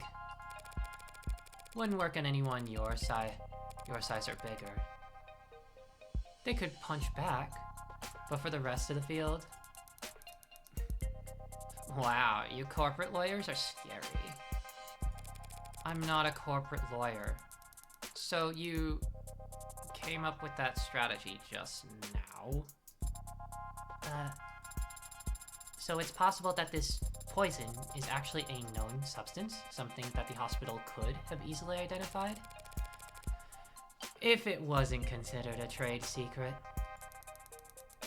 Yes, unfortunately that is a possibility. Still, just because a drug is new, that doesn't mean it's original. Does the effect of this compound had remind you of any other drug? Maybe one that's prescription only, or a controlled substance? Or one you might know by another name, but with a patented structure? Sorry, sweetheart, it's a general depressant. There are a lot of drugs that have that effect on the body, and they come in all shapes and sizes, from all kinds of places. If the effect was unremarkable, what about its strength? Could you estimate how much of this stuff he had in his body, all told? Not precisely, no. Not without detailed knowledge on its half-life, but I'd guess that it must have been about 20 milligrams. Ugh. Yeah, there's a lot of information flying at us, but, you know, we keep on rolling on, you know? That's kind of the name of the game, I guess, with these sort of deals. I'm liking it, though. It's doing a good job. Is 20 milligrams a lot? Not for a medicine. So this wasn't just an overdose of something relatively harmless then. No, not if 20 mil was enough to crash his entire nervous system. Thank you, Yumi. Of course. So, You ready to view the body? We could skip it if you want. I know most people get squeamish around corpses. Yeah, that shouldn't be a problem. Shouldn't be a problem indeed. Okay then, let's get started.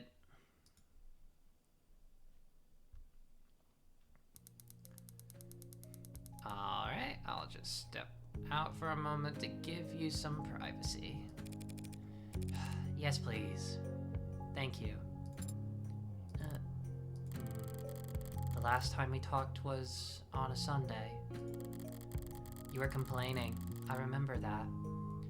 It's the principle of the matter. Right. You had ordered this cheap piece of shit sculpture, or something, by mistake. And it came damaged, and you wanted to send it back for a refund. I gently reminded you how, with your salary, it was literally not worth your time. And I kindly offered to throw it out for you, since you're having so much trouble letting it go. You're only offering because you want to see how loud it sounds shattering at the bottom of my trash can. I denied it, even though you were right. And it was obvious. I should have let you have that one.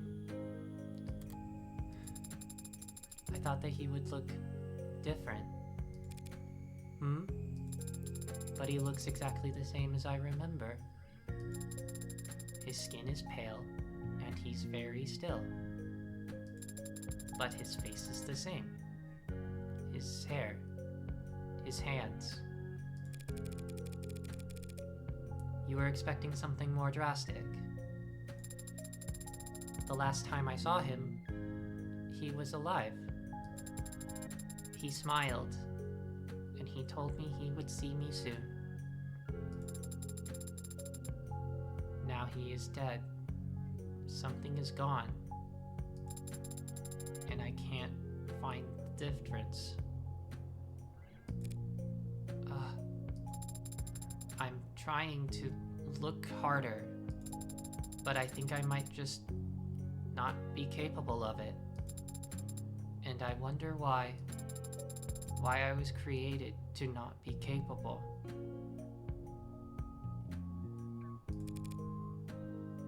No. No, wait. Shit. Okay, that gave me a tear. I can't. Wow. Oh, Sarah.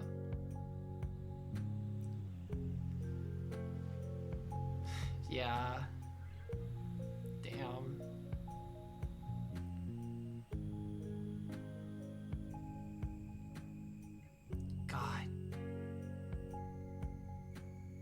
God, okay.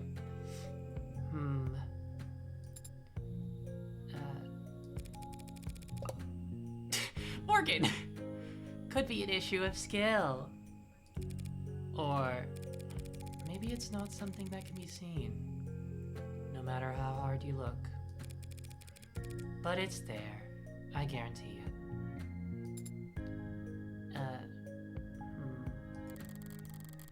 I've seen the transition enough times to be sure that between life and death, the distinction has significance. To the dead, at the very least. You're going to smoke? Here? Now? I'll pay the fine. That's not the issue. Were you expecting me to fall to pieces? Real boys grieve in all kinds of ways, Pinocchio. And some don't grieve at all, it seems. I'm a cold woman, sorry to disappoint. This face is good too. The hell? Why the hell will this thing light? Adonai, you have your cigarette backwards.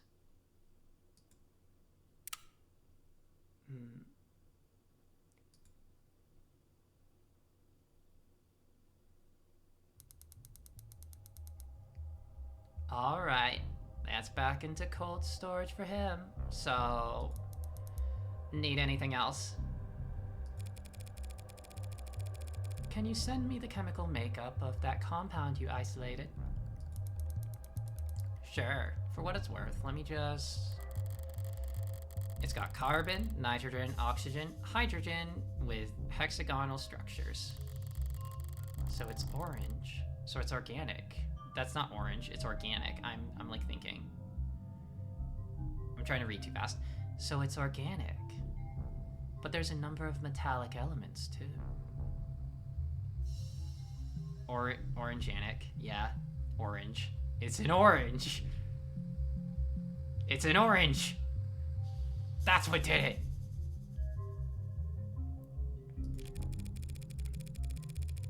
And if you had to speculate on its intended use, based on what we know of its structure, well, it certainly acted like a depressant, binding to receptor pathways and affecting the balance of neurotransmitter reuptake. Depressants are pretty rare in the designer drug scene. True. People are always looking for a higher high or a crazier trip, but more powerful depressant will just make you fall asleep. Not much need to hit up the gray market for that kind of experience. No, there's not. I see. Thanks again. You've been extremely helpful during a very difficult time. Hey, anything you need, give me a ring. That's very generous. Rockford's orders have got me on call, so I'm already getting overtime for the whole weekend. Glad to hear it. Goodbye, Yumi. And goodbye to you, Greenie. My name is Sarah. Nice to meet you, Sarah.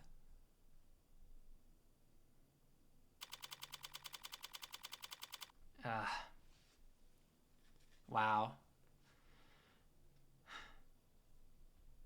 We haven't even gotten to the trial yet, and I'm already like, shit, episode 1 is hitting.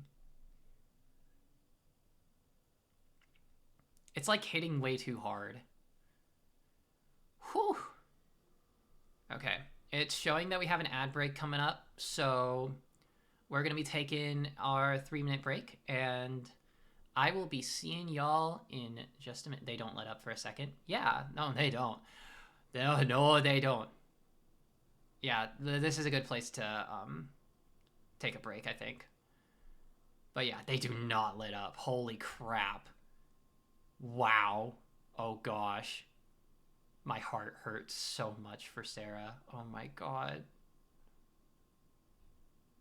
Alright, I'll see you in a bit.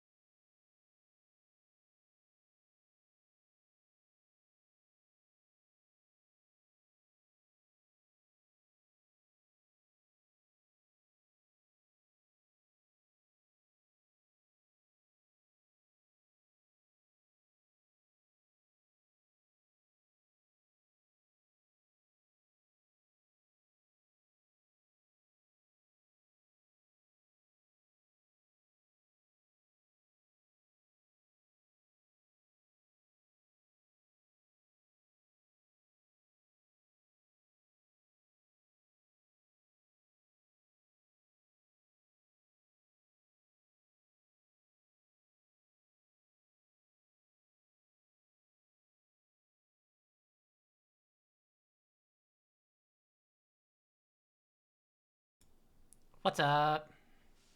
We're back. Doot doot Sonic Warrior.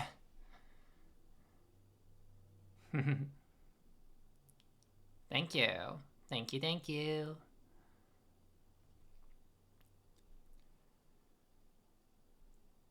Whew, alright. You're about ready to get back into it. Oh, pow! Hey, it's me. I'm here. Bop. Bada bing.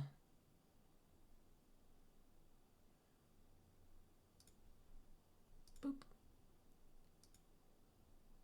Doop. And there we go.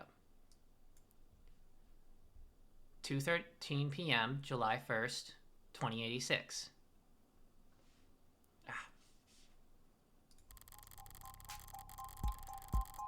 Up on ramps and down off ramps, above skywalks and under tram lines.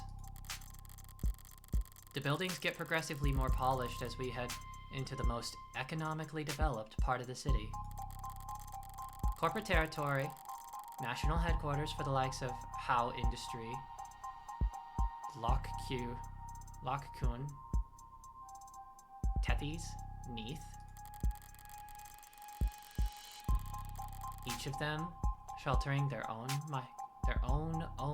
micro-city of employee accommodations between their skyscraper shadows. A whale fall, the entirety of the ocean floor coming together to feast and grow and live off the fetid, rotting fat of the Leviathan, swallowing generations of people by the mouthful. Weight is commonly listed, and my weight is... Do I really have to disclose that? Noble lays claim to one of the largest shadows in the city, a towering nerve center for the whole nation's android industry. It's meant to be intimidating, I'm sure, but today I'm glad that Noble keeps such a sizable physical presence here. I need answers about David and his work on Sarah. Answers I'd never get browsing the company website or speaking to a representative. Synopsis. Relationships. There are typically trivia sections as well. Should I start there? Noble will have their guard up, of course, but even that will tell me something. Where they let me walk, who they let me talk to. History. But yeah, I asked this before, but to any new people in chat, what have y'all played like what Ace Attorney and Danganronpa games have you played? Ah, just a sec. Bap.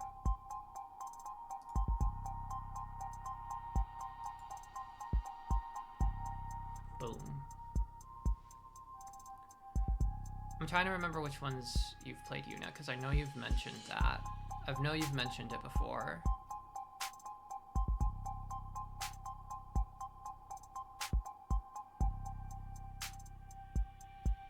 Oh, all of them? Oh, sick. Hell yeah.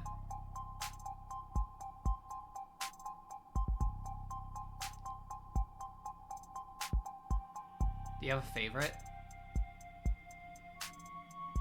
I'm curious.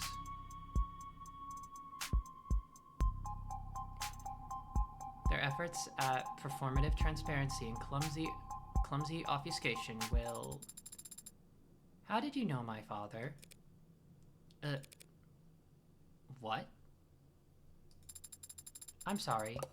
Did I interrupt your brooding? No. What did you ask? My father. I know you were his friend. But what was your relationship like? Can't you just scroll through our socials? Father avoided social media. And your online presence is not significant. Danganronpa was like, my big brainworm game at one point. My favorite V3. I think it's been a long time. I like the first game for its pureness. That's fair. Like, I've seen the stories of all of the games, and I think V3 has a really cool concept. I think there's reasons to like all of them, TBH. V3's concept is really cool. Danganronpa 1 is definitely a classic, though. V3 has the claim of having the most fascinating writing. Oh, interesting. You're saying I don't have enough followers? Hey, everyone, what if you followed? Right now, we get more followers than Morgan, maybe. Essentially. Oh my god. We're gonna have one more Gillian followers one day. That's what we're gonna. That's gonna happen. Guarantee it.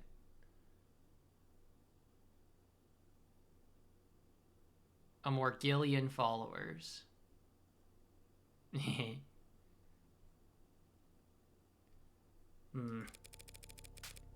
One more Gillian followers for Sophie. One more Gillian followers for Yuna, too. You get them, too. We went to the same college. Whoa.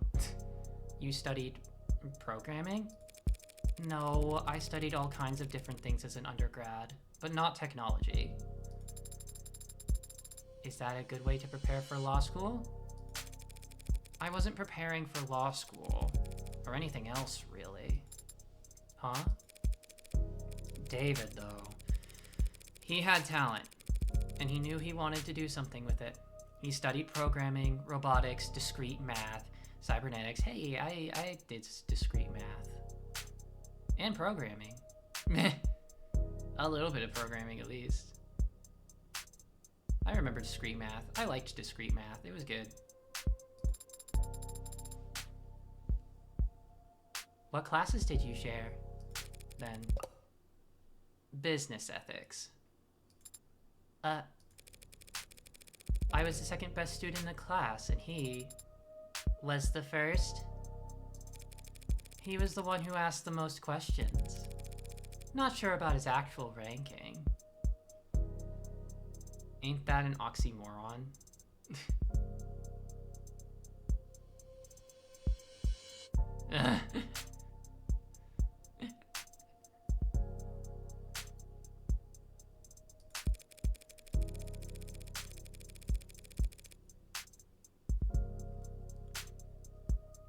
He found the course challenging, and I clearly didn't, despite being younger. Guess he felt burned. Ain't that an oxymoron referring to which part? Sorry.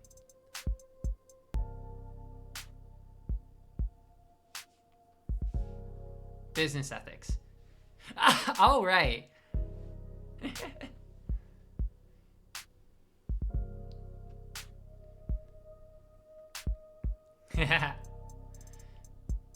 He'd come up to me after class to argue, and sometimes to ask for help. Father always talked about socializing like it was a chore. It was kind of you to give him a chance. What, like I was some kind of social butterfly? The belle of the ball. You weren't? One Sunday night, he knocked on my door all panicked, saying he was in bad shape for this tech course. There was a midterm or something the next day. I couldn't make heads or tails of the material, but I did my best to at least quiz him. He wasn't satisfied though, wanted to cram the rest of the night. Father had to cram for an undergraduate midterm? Did I say something scandalous? He's been called the founder of modern programming. Yeah, well, even founder types can have poor time management when they're 21. So true. 21, you're like, oh, shoot. I keep procrastinating all the freaking time. I'm not even that much older than 21, and I'm just like, procrastinate. Blah. It's a problem, but also I get stuff done. So, I mean, as long as you get it done.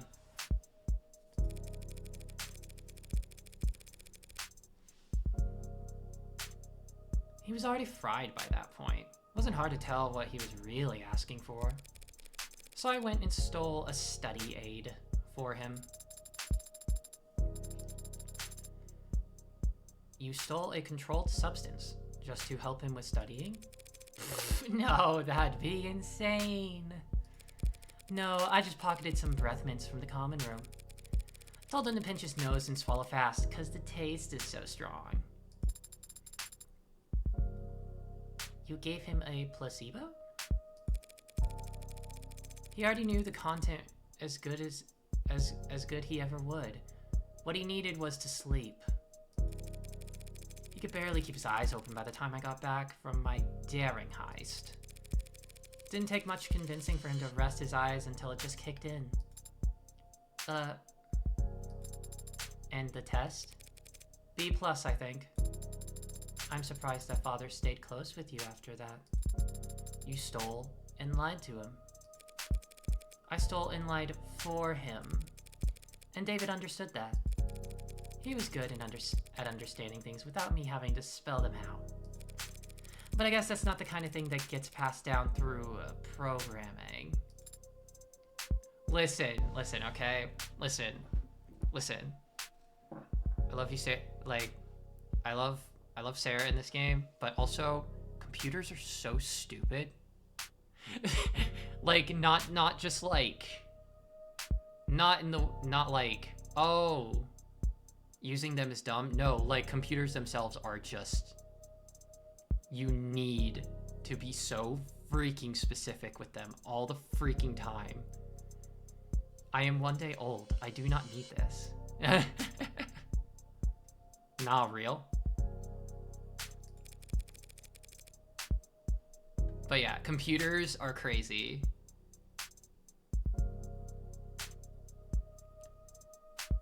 Anyway, we kept in touch after that. First year of grad school, he published this paper. The Turing Solution, a framework for programming adaptive linguistic heuristics. One of his advisors came up with the title. David thought it was way too cocky, but it still hasn't failed any known Turing test in the years since. Don't act like you're the one who deserves credit for it. He called me one weekend, asking for advice on how to handle all the attention. Job offers, interviews, apprenticeships, invitations to immigrate. What did you tell him?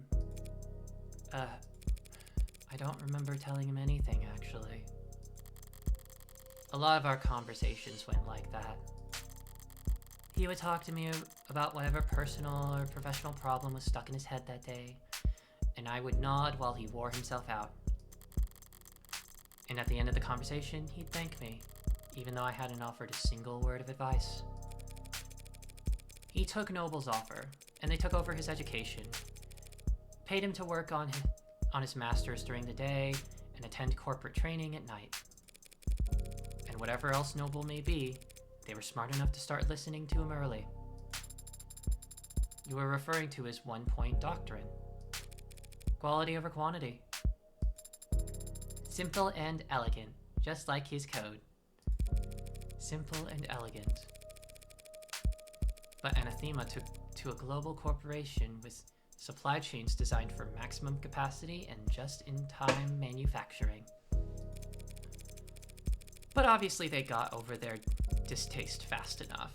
In the span of a few years, Noble's gone from making manual labor ads for meager profits to being the world's leader in intelligence as a service.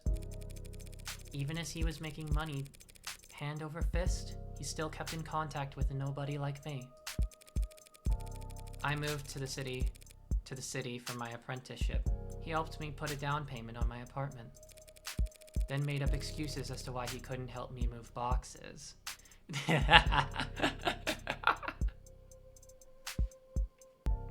See, I feel like if someone helps you that way, I think they can be exempt from moving taxes.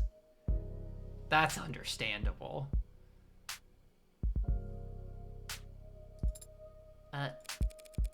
So is that enough detail for you? Thoroughly convinced that he and I were, in fact, friends? I am. But, Adonai, the favor you owe him, what was it for? That's private. Understand? I have zero interest in talking about it with you. Say you understand. I understand, Adonai. We will be arriving shortly. Shall I send word ahead? Just tell them that David's lawyer is here.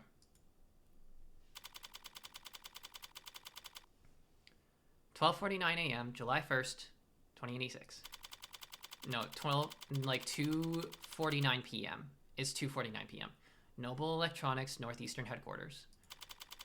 Sub-Lobby A6. Hello. Oh, dang. I've been here before. Sat right here in the lobby, waiting for David to come and treat me to lunch.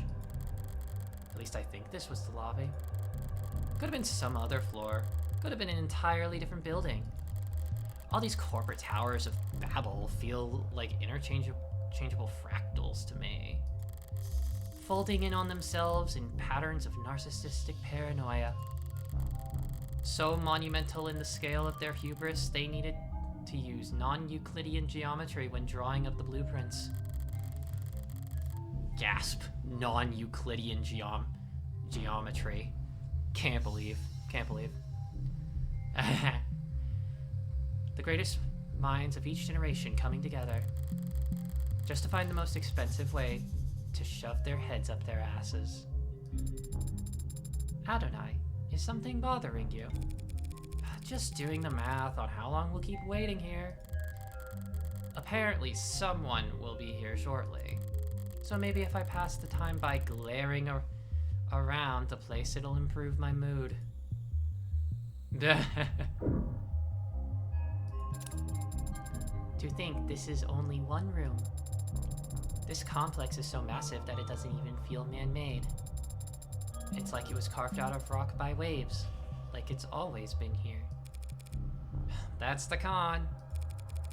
If this place was actually natural, there'd be birds everywhere. I hadn't considered that. Why aren't there birds in here? Probably because of what they do to the ones that get in. I'm kidding. Though I don't have a better explanation.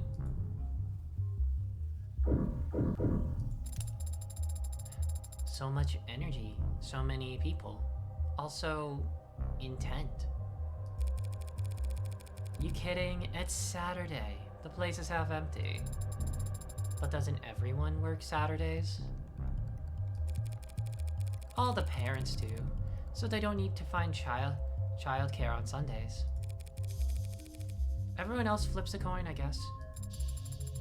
All these people, for 12 hours a day, 6 days a week. Oh. Oh. That hurts. Literally, her just saying that hurts my brain to think about. Okay. Shoot. That's rough. What could they all possibly be doing?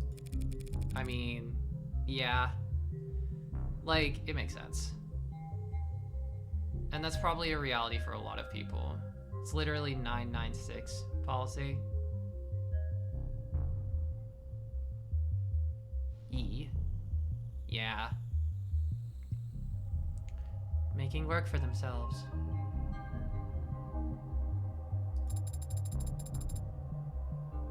You can be very cynical, can't you? You can be very cynical, can't you? Yeah, I'm terrible. But that guy over there has just been jiggling his cursor for the last 20 seconds. Yeah. You know, yeah. Oop, Noble. They changed the logo again. Noble Electronics. How's it feel stepping in here? Is this some kind of religious experience for you? It's just the corporation where my father worked. Careful now, or they'll burn you for heresy against the company. You said it again. The company. As if it's a proper noun. You're mimicking the employees, aren't you? So it can't obey simple orders, but can pick up on that? Is it just a part of the corporate culture? Noble's one of the biggest corporations there is. One of the biggest there's ever been. We mere humans can't hope to escape the gravity of anything that size, no matter where you live or how far off the grid you think you are. So imagine what it's like working for them. You live in company dorms, work in company quarters. Wherever you go, that logo's above your head. You eat, sleep, and breathe on Noble's timetable, at its discretion. When you spend your whole life inside of it, Noble must feel big enough to be the only company there is. Whoever comes to greet us better have a pulse and some goddamn authority. My mood's starting to sour, and if they just send me the first link in their infinite chain of corporate bureaucracy, I'll make them wish. Morgan? St. Peter, don't you call me. 'Cause I can't go. 'Cause I can't go, I owe my soul to the company store. Oh, damn. Oof. Morgan? That's me. Hey there. Android Manufacturing Quality Control, Eastern Division. Evan Dawes. Evan Dawes, he says, like it's an afterthought. What's a name compared to your place in the hierarchy?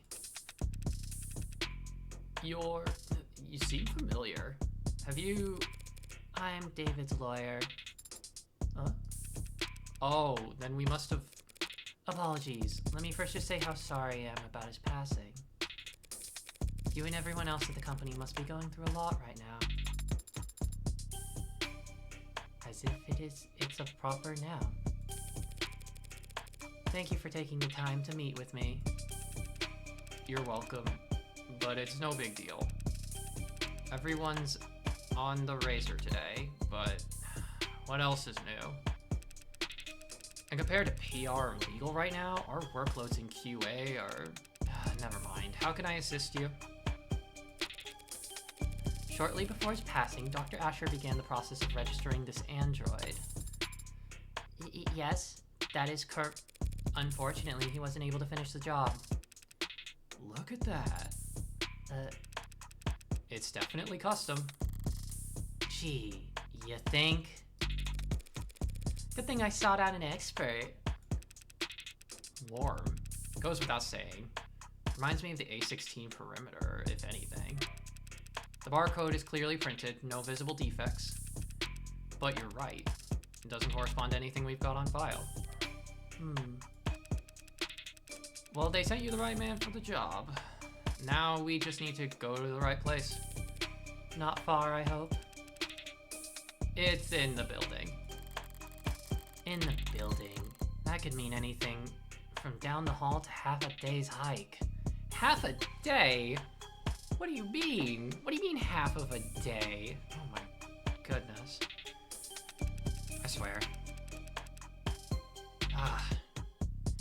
The production line on B9 should have everything we need. You do manufacturing inside your corporate headquarters?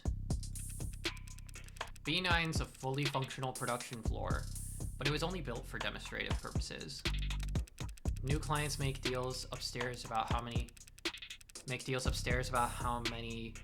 and in what shape and size, and they come down to the basement to see how the sausage is made. They have enough money to build a fake factory just for guests?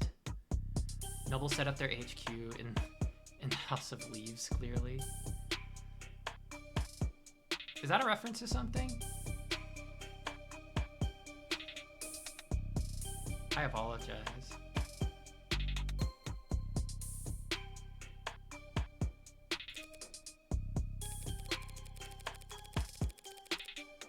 Smart.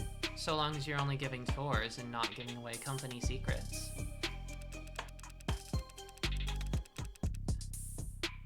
I still need to read that. A meta horror novel about a house that grows and shrinks in size on the inside. Oh, I see.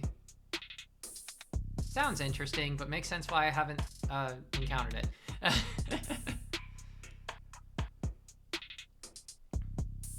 No need to worry about that. We take intellectual security very seriously around here. No kidding. There are 11 cameras on us at the moment that I can see.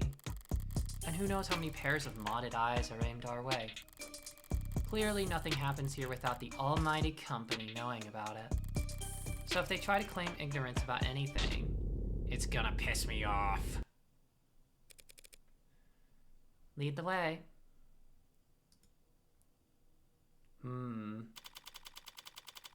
3:08 p.m., July 1st, 2086.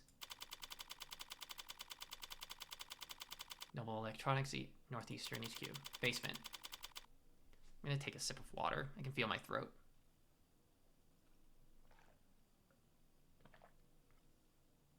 Alright.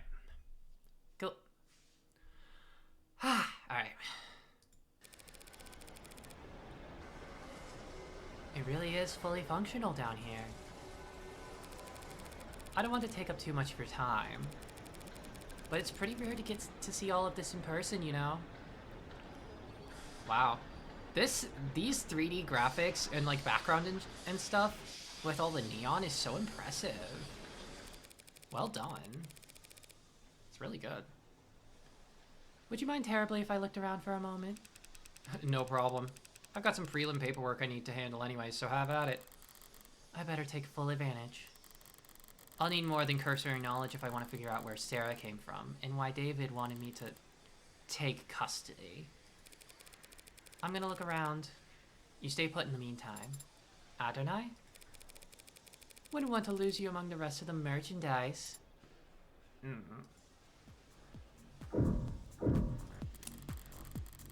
Damn, Morgan. Talk to Sarah like that? Dang. Feels like I've seen this before. Oh, in the lab. That's right. There was one in David's lab. That's the nano-grade elementary manufacturer. Nanofacturer, for short. Real high-quality piece of machinery.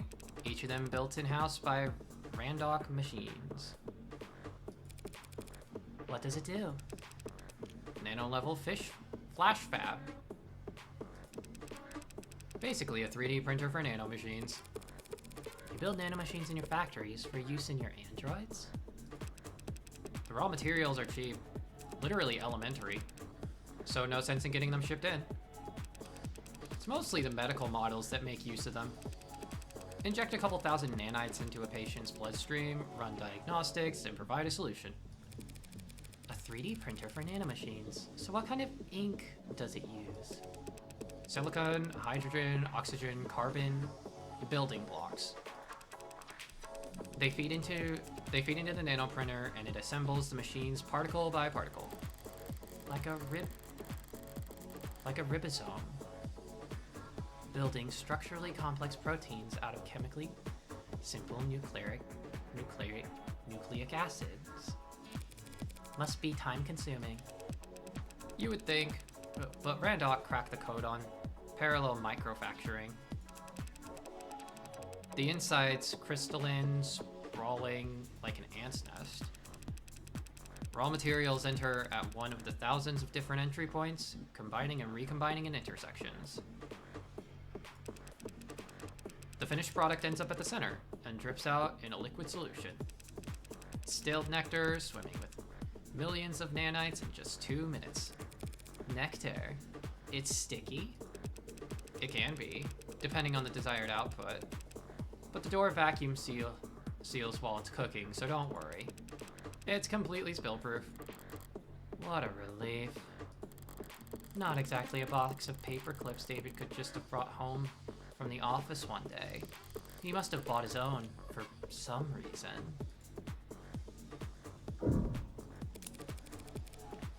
What's being built out there? Our top-of-the-line, brand-new bestsellers. The Animate 16, Warm. Looks kinda cold out there. We keep the factory floor refrigerated. Slows the organics already tuned metabolic activity to a minimum. That explains why the room doesn't smell like rotting flesh. The flesh out there is only somewhat rotting. Slowly. I just meant I'm surprised to see metal. Oh, well, that's all A16s have out. Well, all of the A16s have alloy exoskeleton, endoskeletons. The organics are layered on later in the process. Sounds like what Sarah told me about herself. Maybe she really was the A16's prototype. But it's hard to imagine bridging the gap between her and these scattered doll parts. I get that you can grow just about anything from lax Gemini. But how do you get the synthetic or the organic to work together? Yeah, that was our first concern when R&D began work on the worm concept.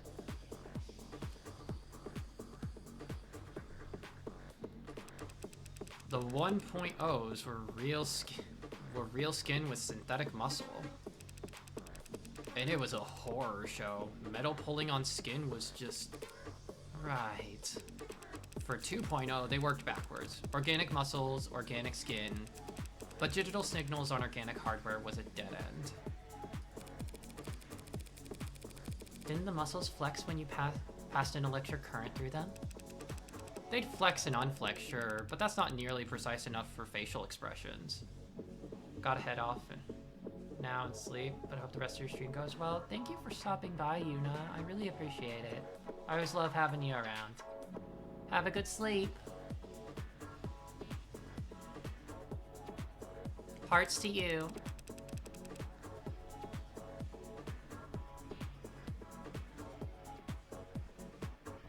Looked like puppets strung up on live wires. No worries, happy to be here. Hearts.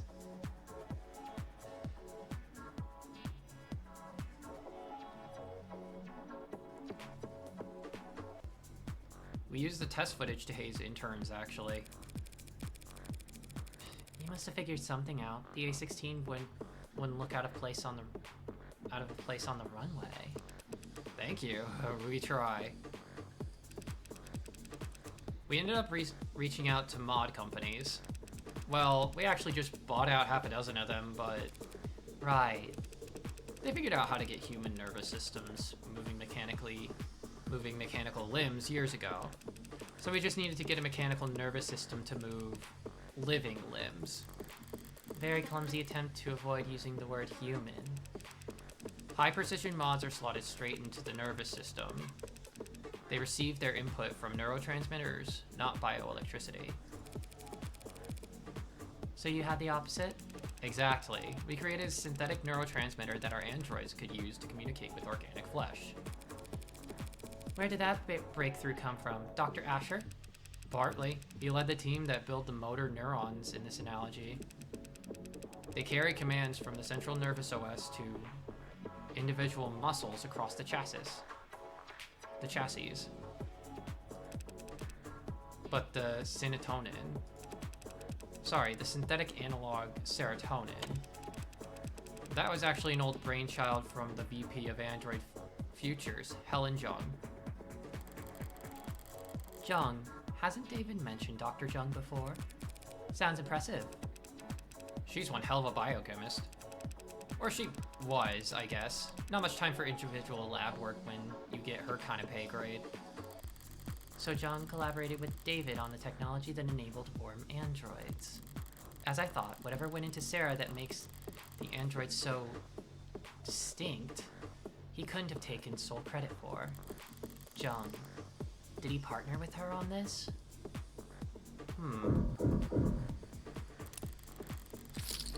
What have we got on this data pad? Some kind of write-up on the subject of Sullivan's Peak. Much of our world today, and in fact, much of the world's economy is heavily influenced in the uncanny valley. Thought experiment provides a simple and easily applied explanation for the gaps we see in otherwise a wide spectrum of automated dependence that assists us in nearly every industry on the planet.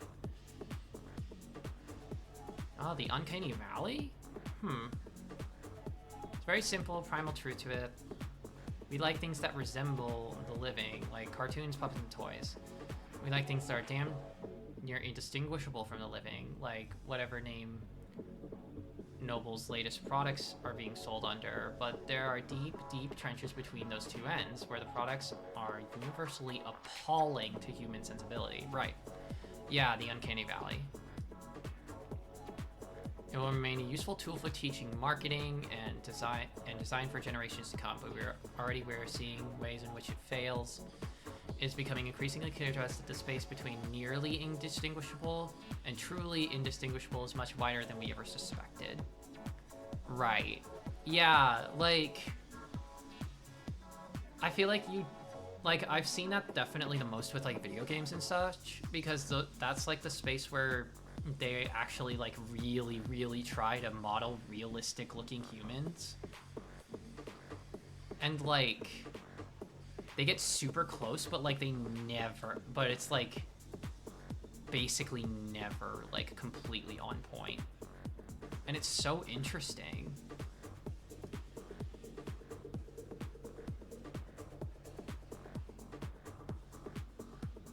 And it may not be the only part of the map that we fear. I suppose bridging these gaps in knowledge by looking for speculative fiction of Robert J. Sullivan in one of his most well-known works, Equal Under One Sky, described as a concept which thereafter has been called Sullivan's Peak.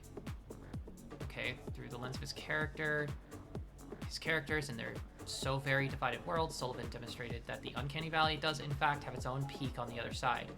A point past which making artificial existence any more human in its features serves only to make the user experience more uncomfortable, more difficult, and more fraught with moral pitfalls. Once you reach Sullivan's Peak, traveling any further only has diminishing returns.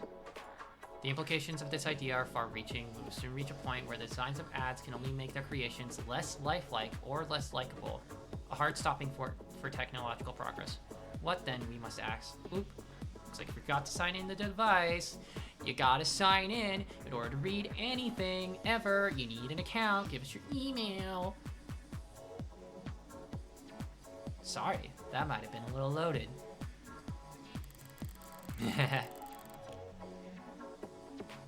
Surprised to find reading material like that around here.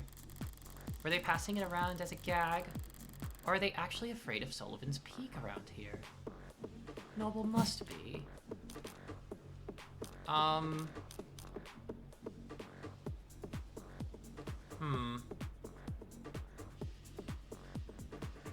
So my knowledge of tech companies is like, they're like probably like really dismissive of it. But also like, I feel like, I almost feel like you kind of have to be wary of it. But considering how like just the real world acts, I don't know. I'm gonna look the article.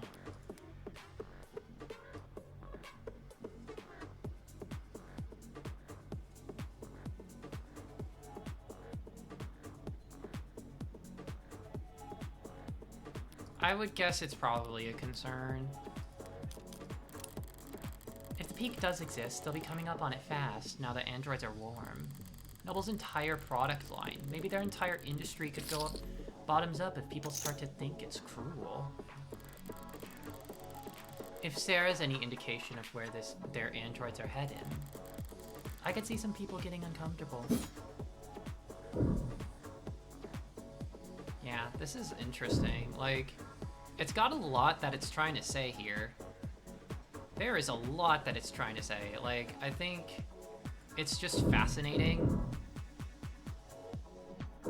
how it's how it's just saying a lot of, it's got a lot of sci-fi stuff, but it's very squarely focused on like the human element, which I think is probably where sci-fi lies best, you know? That's like kind of the specialty of science fiction, right? In my opinion, I think fiction is... I think fiction is, like, best when it highlights something real. Through, like, the fantastical. So there's always that human element. But yeah, let's continue on. There seems to share some component, or this seems to share some components with that coffin Sarah was napping in. If Dawes does a quality assurance, is it some kind of android calibration device? It's probably what he'll use to register Sarah. Looks a little...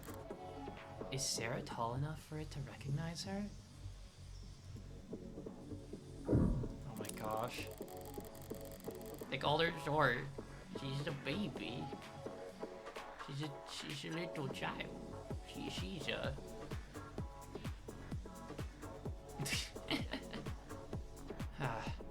There's something out there that caught my eye when we came in.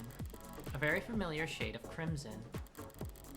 If I squint through the glass, out on the floor, there are temperature-controlled fluid tanks. Through glass and plastic... No, hydrate. Thank you. Thank you for the hydrate.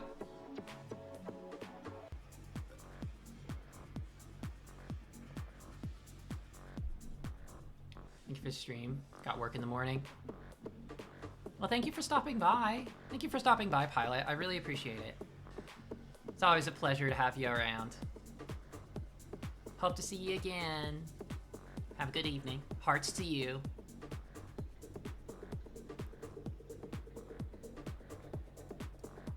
Through glass and plastic flows an eye-catching scarlet that transitions into... So you add the blood towards the end? You mean the oxidant? Yeah, relatively late in the process. Something out of place? Androids have blood, even if it's not officially labeled as such, but it isn't red. It's pink. Sometimes milky. Sometimes neon. Sometimes garish. But pink. I just didn't think the oxidant would be red. Oh, right. Sorry, I barely noticed it at this point. The color's natural. It comes from the biomanufacturing process. That chromofuge out there removes the byproducts, the waste, the excess pigment. Changing it from blood red to psychopop pink. Oh, pink blood, huh? What other series portrayed blood like that? I don't know. I don't know. I just can't think of it. Without that chromofuge, our android flesh would come out looking all the wrong colors. That may be true. It probably isn't, but it may be. But I have a simpler explanation. Blood is primal. The sight of it carries weight. They change the color of their product's blood so that when an android gets a broken bottle against its face, no one bats an eye. Okay, I think we're okay. I think that was everything. Wait, what was that? An inhaler left out on the desk. Probably a half dozen empty ones in the drawers. Dawes, the inhalers, they're distributed by the company, correct? Oh yeah, HR handles it. They personalize your dosage and prescription and update it based on performance and job fulfillment reviews. Other corporations do it the same way? Yeah, pretty much. Everyone's trying to keep pace with each other, so can't have your employees losing focus on the job. Could cost you who knows how much in lost efficiency. Sorry if this is insensitive, but given what happened to David, are overdoses common in the company? Yeah. Yeah, he says. Overdoses, that is, not hospitalizations. Or deaths. It's all pretty organized these days. These days? Man, back when I started in consulting, Pretty much everyone had an embarrassing story from their first 2 years where they popped a few too many greens and missed the on-ramp. Popped greens? Yeah, used to be pills. Green to get you going, yellow to keep you there. Swallow a red after brushing your teeth and get into your bunk fast. But yeah, the inhalers are a huge improvement, like going from torches to the light bulb. They sync straight to your personal biomes and adjust dosage in real time. Overdoses are way down. That's great to hear. The trainees under me don't realize how good they've got it. Kids probably won't even have to learn how to purge. Yeah, I know, right? All done? You ready to get the ad handled? Thanks for humoring me. Can you have it step into the scanner? As he says. Understood. Right then. What are we looking at here? Whoa. There's a lot to unpack here. We theorized it may have been Asher's pincushion. A pincushion, huh? That would explain some of what I'm reading here. What language is that on screen? Tess. You know, Tesseract. All noble products and, well, pretty much all products, period, are programmed in Tess. Easy to read and write. Stay compliant. Now this model, what's it go by? Sarah. This Sarah model, it's got everything the 16th line has, that's for sure. Organic skin, hybrid muscles, advanced facial processing, and emoting. But there's a lot crammed in here that's still in development. Like, in the idea phase. Huh. Solar cell hair strands, decentralized redundant power, mental and physical overclocking with extended tolerances. Data storage so large I can't... No. Wow. He had to measure it using... Hell of a poker face. Wait, decryption and signal hijacking? That's... hacking? Essentially. Does that mean it could hack its own tenants? Oh no, that's unthinkable. Literally for an ad. For an ad to break its tenants would be like you stepping into traffic or dropping a baby. Even if you're physically capable of it, it's not something you would ever choose to do. Some people do walk into traffic. Psychosis, addicts, the mentally ill. Does that mean there are androids? Well, no, there aren't crazy androids, so yeah. I guess my analogy doesn't hold up. That's okay. So it can't hack itself, but it was given the ability to hack other systems? The industry line is that such a capability could be an option in certain emergency scenarios. Breaking through the firewalls and encryption of surrounding electronics to broadcast directly to police or military channels. Damn, Sarah, what the heck? Speaking of military, this musculoskeletal setup is drastic. I've never seen this on a consumer model. Can you lift a car or something, Sarah? Most cars. It would depend on the center of gravity. Lady, this Sarah could wrestle a public disturbance walker and come out on top. Those stomping behemoths they bring out for riot suppression? And in terms of computational ability, the estimate says... That can't be right. Look, Dawes. I was actually hoping you could tell me something about the software or the metadata. Who worked on it? And when? Right. Okay. Well, that's unfortunate. The editing logs have been purged. That doesn't sound very above the board. Sorry, I can't tell you anything about who worked on Sarah, or when. Any chance you can restore those logs? Not here. Not with this machine. I'd need the computers that were actually used for programming this model. Any idea where those would be? Sarah, I cannot answer that question with any accuracy. I had a feeling you might say that. Ads, right? Sorry, I can tell you that the code is unique. There's hints of the A16 in there, a few of the same conclusions. It's just Dr. Asher or whoever took very different paths to get there. So Sarah has even less in common with every other android on the inside? Sorry, didn't expect to hit a dead end here. Not at all. You've been very helpful. Can we still get the registration done? Yeah, no problem. We've got the software and the forms all set up here. Occasionally, we let a new business partner bring one home fresh from the oven, you know? Oven, gross. All right, just a few basic questions then. Who's going to be the official owner of this unit? She is. As it says. Unless the will disagrees, it's my responsibility.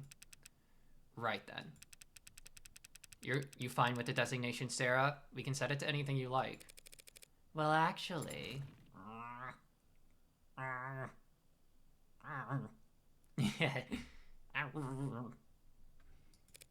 Never mind. Sarah will do fine. Okay. This part's all standard. Civilian model. Address. Contact info. I can get from your crumbs. Do you want to reset to factory defaults? Could clear up a lot of quirks. Not right now. The last thing then is the grading. I'm reading 23 tenants here, nothing too far out of the ordinary. 23? That's higher than I expected, talking with it. She seemed more malleable than that. Don't blame yourself. Guessing tenant count from outward appearance has become a crapshoot. Not like it used to be. Used to be they only had 3 tenants total, and every unit used to have them. Then came the first accidents, and the first lawsuits, then the hearings, and the legislator. And the demand for more tenants. A tenant making sure ads couldn't endanger the state. A tenant stating that ads wouldn't divulge private information without prior consent. There was a campaign calling for a tenant to weigh child and adult lives equally during risk assessment. There was a campaign calling for a tenant to do the opposite. Companies wanted their asses covered. Customers wanted guarantees. There was never much incentive to deny a requested tenant, so the list just ballooned. Until the military entered the market in full force. You sounded like you don't approve. I wouldn't go that far. They needed their ads to be able to pull the trigger when ordered to. Without clearing 5,000 lines of bloated, hardcore decision points to get there, I get that. But since the armies are the only ones using tech with bare minimum tenants, all the best, least cluttered, most elegant code is only used for war games. It's not very romantic. Well, not like I was on the jury. Department of Advanced Defense Projects versus Zenith Dynamics. The Supreme Court sided with the military's request to set a new precedent that every other army around the world would race to meet. Changing tenants from a mandated list at the root of every ad's source code to a choose-your-own checklist. It's funny, ads with the most tenants, they're so locked up that you can't even have a conversation with them. And outside the armed forces, the only ads with single-digit tenants counts are just vacuuming floors. The most impressive ones, like what you've got here, fall somewhere in the middle. Sorry, went on a tangent there. Only thing left is the evaluation. What gets evaluated? Total financial worth for insurance purposes. Yeah, the insurance companies made sure we had very accurate algorithms for this. No room for human error, they insisted, with no sense of irony. Wow. I mean, I knew that it was custom, but... What price could they have possibly... That's a lot of digits. You should know these formula are pretty conservative with their estimates. Stingy, even. If Sarah's really David's last and greatest work, they say some things are priceless. But when you force an insurance algorithm to pick a number... Try not to get any scratches on it, I guess.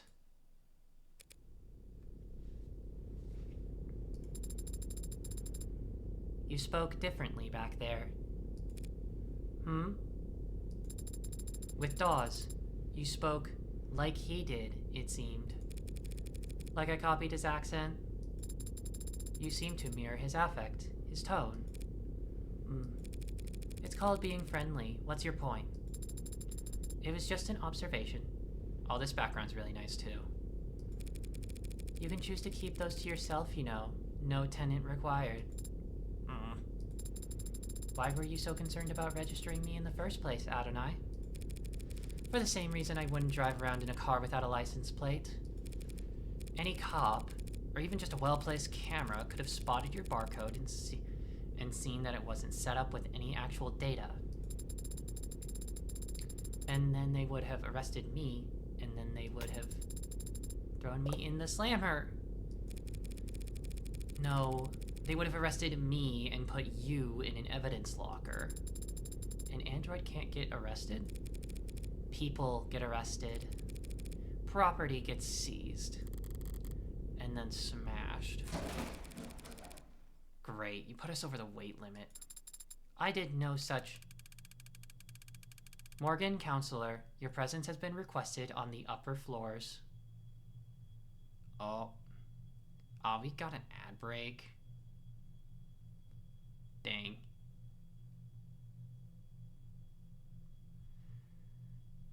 Well, we're gonna leave on this very ominous note real quick, and we're gonna be taking our ad break. So, I will see y'all in 3 minutes. Hope you take care, hope you stretch, hope you get some water. And I'll see you in a bit.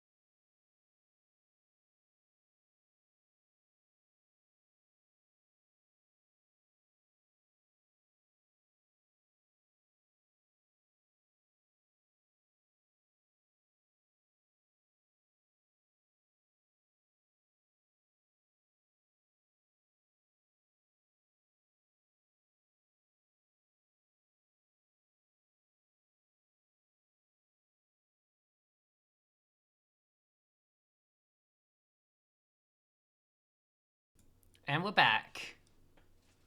Hello, hello, everyone. Welcome back. Welcome back from the ads. But not the Android kind of ads, I guess. Though, those probably would have been better. Would have been a lot better if you could just, you know, talk to Sarah or whatever.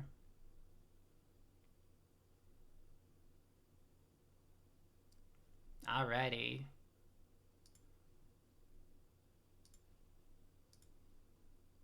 Let's get right back into it.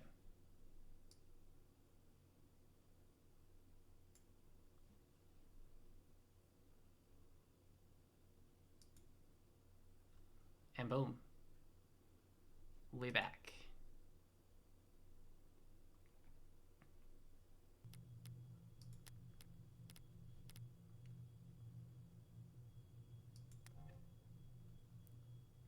Who's asking?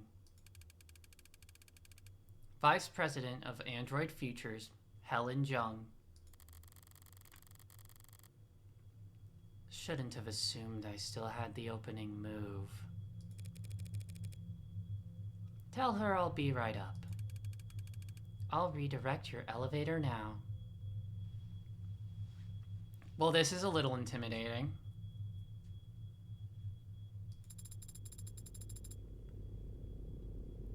Taking control of your elevator is very convenient, forceful, as if Noble is trying to directly steer your investigation.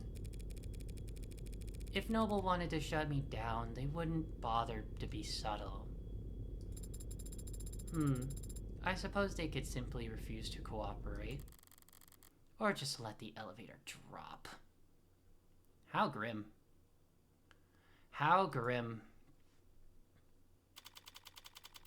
3:54 p.m., July 1st, 2086. Noble Electronics, Northeast HQ. Executive Office, Jung. Well, well, well. We've got ourselves a new character. Hello? Hi. Right. Speaking first is a sign of weakness, is it? And here I thought I could avoid wading into the swamp of corporate pretend power dynamics. I really want to let her stew. Oh, I really want to let her stew. Oh my gosh. I don't know if that's wise, though. Let me go ahead and speak. I don't have time for this inverted staring contest. Enjoying the view? I always liked this time of day. Not too muggy for you? No. I never liked a clear blue sky. It always seemed cold to me. You're in luck. The sky gets more colorful every year. As the air quality drops? Childish, isn't it? Marveling at the small sheen of a rainbow dancing on the surface of a massive oil spill. Apologies for waxing poetic. It's been a very unusual 24 hours around here. Dr. Jung. Just Miss is fine. Miss Jung. I get the feeling you didn't bring me up here to talk about the weather. No. I brought you up here to express my condolences. I'm very sorry for your loss. Thank you. Though I could say the same. I know you and David worked together for many years. Yes, we did. But as much as I'd like to just drop everything and process, the company wheels don't stop spinning for anything. Or anyone. Was Dawes of any help? She sent him? Trying to be helpful or just trying to control the narrative? He was great. But that must mean you know why I'm here. I don't want to make assumptions. No need, I'll be explicit. I'm here as an officer of the court, which means I'm bound by law to document every rock I turn over. And every person I speak to. Yes, the lawyers made that all very clear. Lawyers? You have an android. It's not one of ours. You can tell that quickly? Got all the faces memorized? It's easy enough to remember the major archetypes we use, yes. If you're nuts about your work, maybe. It's a recent acquisition. Very recent, in fact. One of David's last requests, apparently. David asked you to take it? Huh? I've been told that you've been to David's estate already. The police gave me full access to the scene. Then you know that he wasn't alone last night. Yes. There was a single witness who met with him and called emergency services when he fainted. I was the witness. Really? I kind of thought so. Like, I felt like I saw that coming. Obviously. There aren't many people David would bother meeting with in person. Okay, Morgan. Can't let me seem smart for like a second. Alright. Or at least like a little smart. I don't know. I had kind of assumed, I guess. Let alone welcoming them into his home and offering them a drink. I also knew that Jung is his superior on paper, if not in fame. And I knew that the witness had Executive Plan 3 insurance, so they had to be higher up than David. Well then, do your lawyers know we're having this conversation? Of course. They're pulling their hair out about it as we speak. I can't imagine why. The police cleared you. And you were well within your right to ask for some privacy, given the high-profile nature of all that's happened. So why call me up here? Why cut through all the red tape your lawyers painstakingly hid you behind? Eventually you, or some clever lawyer like you, would get the record opened, through legal means or otherwise. The company's enemies are legion, and they have a prying knife for every occasion. Still, that would have taken time. Time you could use to get ahead of whatever could be the biggest PR hurdle Noble's ever seen. Touché. And so perhaps the truth of the matter is that I simply didn't want to hide. David was my colleague for several years. If I were in your shoes, I would have questions as well. You're doing this for my sake? No, my reasons are purely selfish. I'm only hoping that talking to someone whose job isn't to defend me from all consequences might prove therapeutic. If he wants to play confessional, that's fine by me. But is that really all that's going on here? Why don't you start from the beginning, then? You went to his home last night? Yes, around 7:30 p.m. The building's penumbra captured all of that quite clearly. He fell ill around 8 p.m., so you spent half an hour together. Why the late call in person? We had an intense discussion yesterday afternoon. David never came in on Saturdays, and I didn't want to spend the weekend glaring at him through screens, So I visited, and he let me in, and we talked. About? The good old days, if you can believe that. Back when we were both new to the company, eager to make a name for ourselves. How long ago was that? 7 or 8 years ago? Miss Jung? Putting a number on it, it doesn't sound that long ago, but it feels... We spent a while like that, just talking. He was lively and sharp, and I never would have thought that a few minutes later that he would be dead. That he would commit suicide in front of me. A firm reply. What happened? 8:15, he said he wanted to toast. He got up, walked back into his workshop, and then he must have went down into his basement to get us a bottle. I checked some messages in the meantime, enjoyed the view. In other words, she stayed on camera. He came back with a bottle of whiskey and 2 plastic cups. We drank and talked. He got quieter, spoke less. I thought he was just getting drunk. I didn't get worried until he started to fall asleep. You tried to wake him? He wasn't responding. I tried to shake him awake, but he didn't seem... I left him and ran into the kitchen to use the security system. Didn't think to use your phone? No. I suppose I didn't. But it worked out. The Penumbra's emergency protocol summoned a VTOL straight to his helipad with 1 button press. When I returned to the parlor, he was limp. I moved him to the floor as delicately as I could.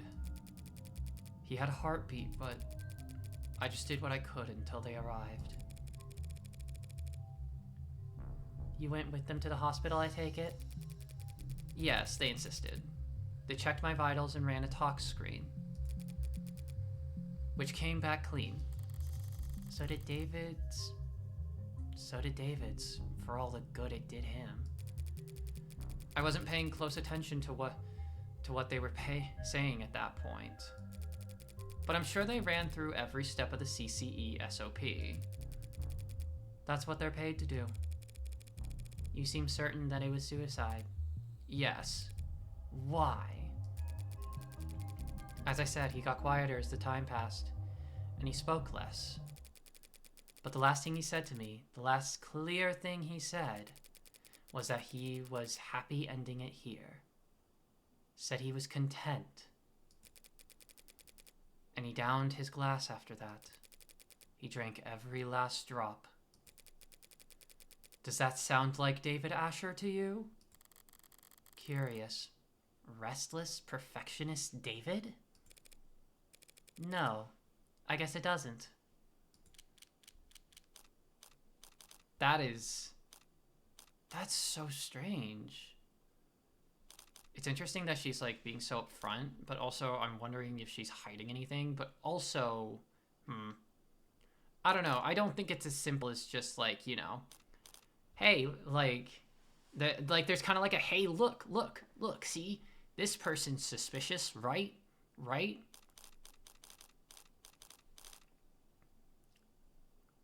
So I'm hesitant, but we'll see. CCE. You said the CCE, Standard Operating Procedure, a moment ago. What is that?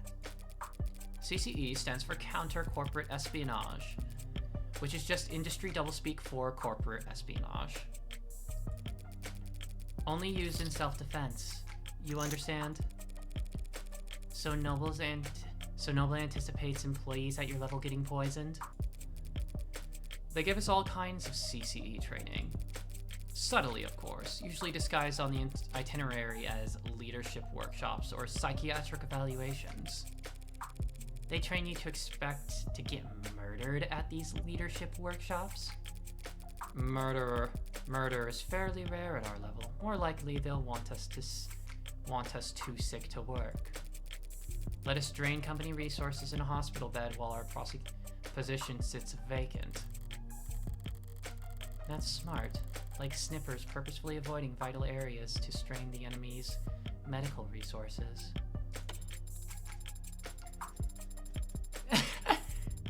That's terrible. Like snippers purposefully avoiding vital areas in order to strain the enemy's medical resources. That's nothing compared to when they want to turn an asset. Feel ill for the rest of your life with an undiagnosable malady, or become our mole and we'll send you the antidote every 2 weeks. That's a nasty piece of work. It's a nasty line of work. Consulting. I'm sorry? That's just what they call it. You can't exactly put corporate spy on your CV. So every consultant I've met at a cocktail party was actually... It depends. Did they say that they're consultants? Or did they say they were in consulting? How the hell am I supposed to remember?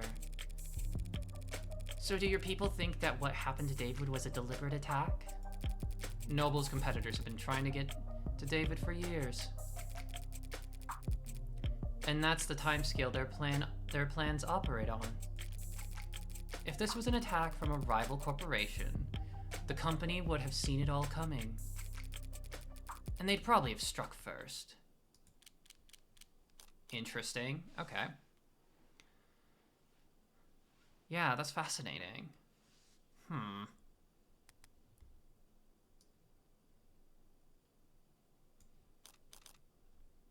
I guess the cups, like, what's up with that? I've been curious about this ever since I saw the scene. Why the plastic cups? There's a story there. David and I got hired around the same time, under similar circumstances. Headhunted while finishing our higher education. During recruiting, the company claimed to want us badly, but in practice, our actual authority was inexperienced and overpaid. You must have been extremely unpopular. You don't mince words. We didn't either back then. We were loudly trying to convince our superiors that their entire sales model for androids was antiquated and self-defeating. The two of them made the one-point doctrine? That's not the story I've heard in Noble commercials and Noble-sponsored media. And come to think of it, it's not a story I've heard from David himself. We had this deadline, self-imposed, but still a deadline. We wanted to get our pitch to the president of international sales by the end of the day. 7 p.m. rolls around and people start filtering out. David still has his head buried in diagrams and sales figures. Imagine a technical man like him, a programmer, trying to make a sales pitch. The clock hit 9, and even the zombies start heading home. I turn to David, tell him that it's not going to happen.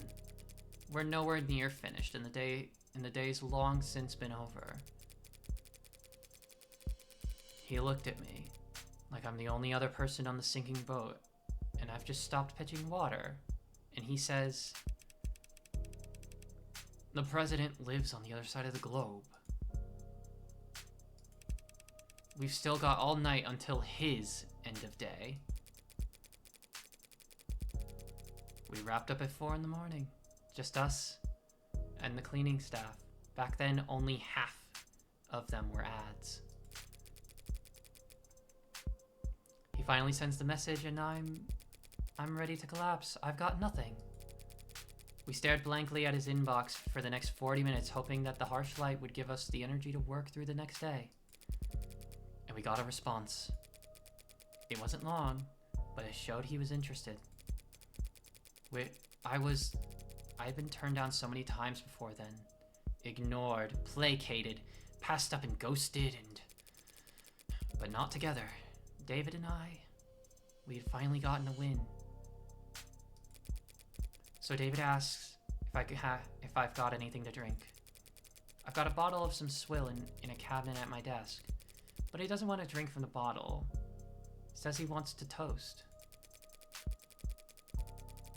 So we sat there at 5:19 in the morning, toasting awful vodka to one another in cups we grabbed from the break room. Toasting our first victory against the corporate beast. Between the lack of sleep and the drinking, the next day at work was hell. It sounds like a good memory. Plastic cups and liquor was our little ritual. So I didn't think twice when he presented me with my cup. It was ceremony for us. Oh. Oh, why was that kind of sweet?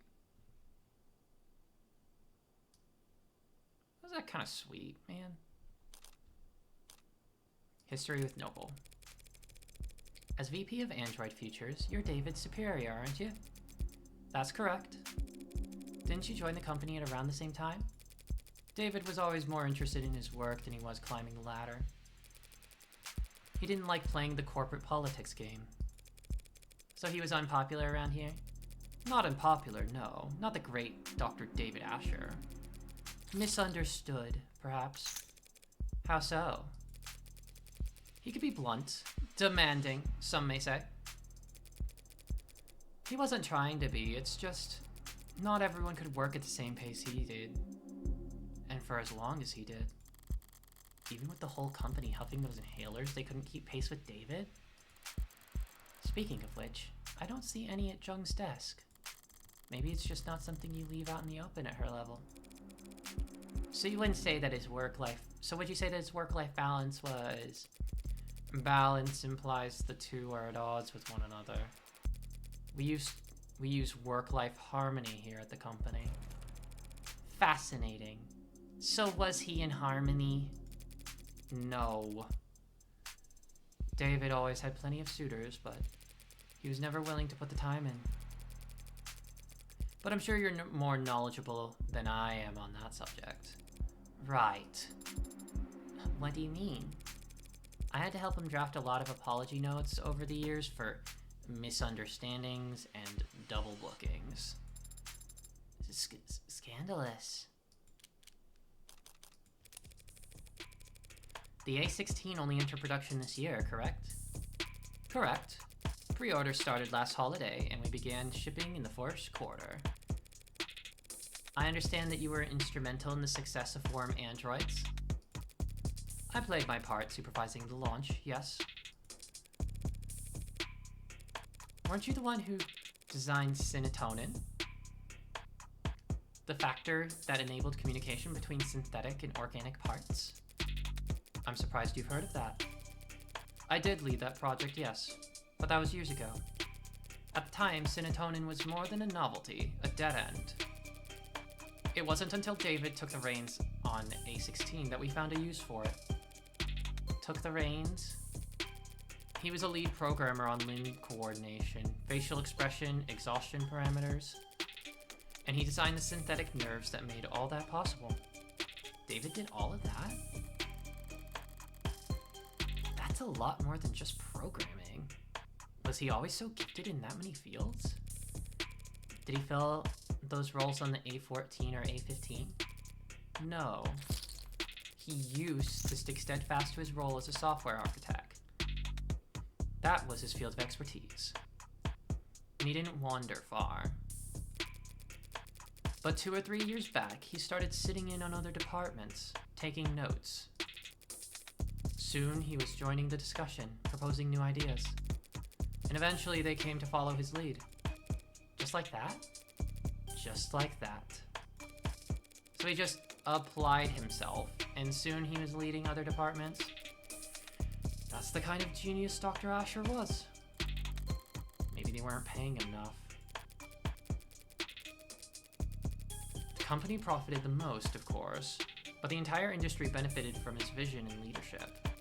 His loss will be felt for years.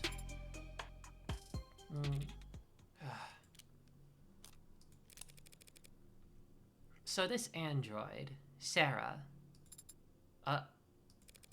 even Dawes couldn't find any real details on where it came from. It's not in any of our systems? I'm afraid not. Did David ever talk to you or anyone else at the company about a pet project? Pet? No, he never gave any indication like that. And if he didn't talk to me about it, I seriously doubt he confided in anyone else at the company. David didn't trust anyone higher on the chain than himself, and anyone below him. Frankly, they couldn't possibly hope to give him advice. He never mentioned me? No, never. Androids don't come cheap. You never heard about him requisitioning parts or resources?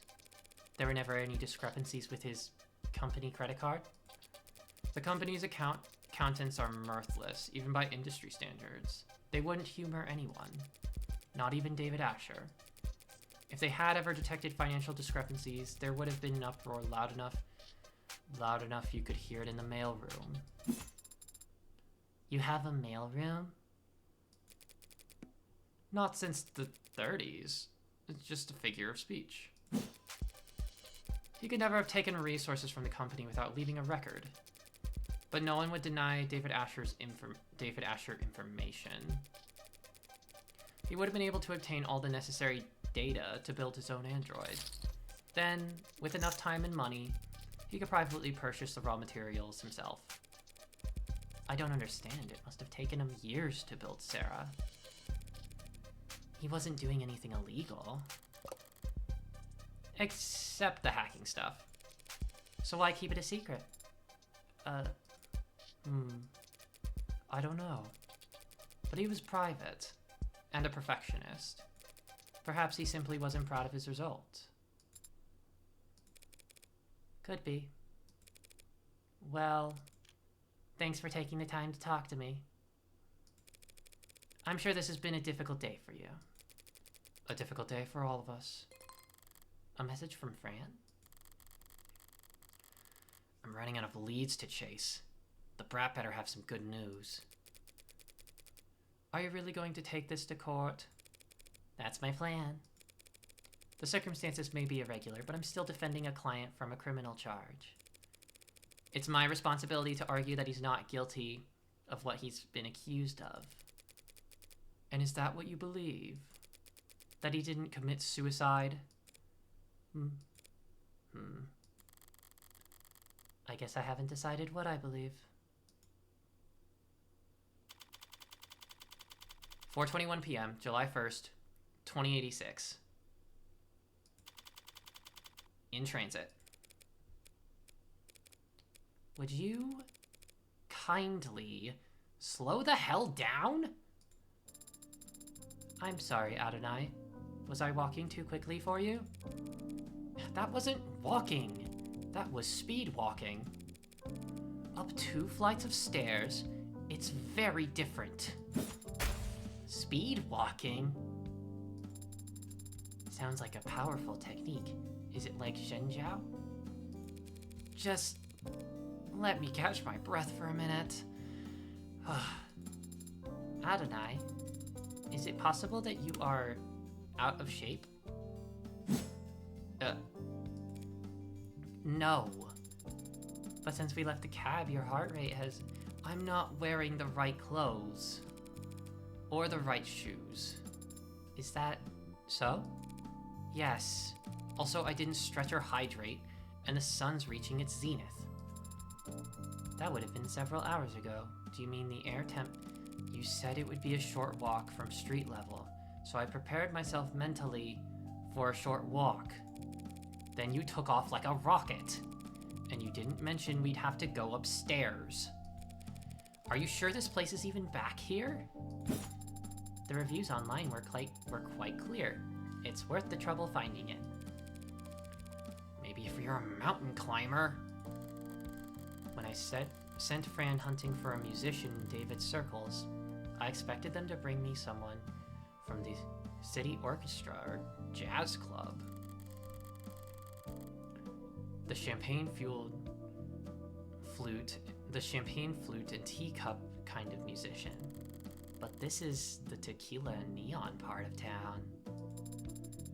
It should be in view if we turn. Adonai, be careful. Of what? It's a stray, and it's bearing its fangs too. It could be carrying diseases. You could... Relax. Adonai, it's growling. It's not growling at me. See? So it's just me that it doesn't like. Too much static. How do you get it to calm down, though? It's an animal, not a monster. It wants to be calm. Do you like animals?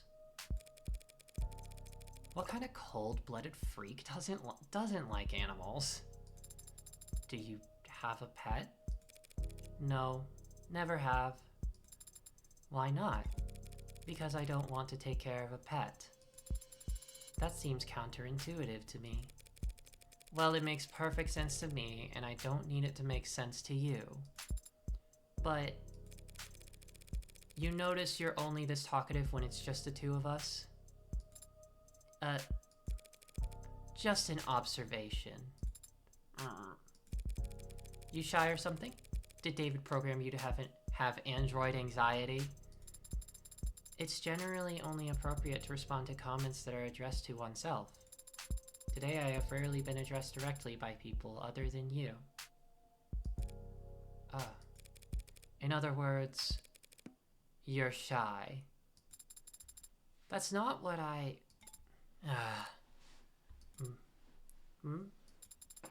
Can I try petting it? There's no law against it. Oh. Aww. Aww. Cute. Ultraviolets. Ultraviolets. Huh. Okay. This is the establishment.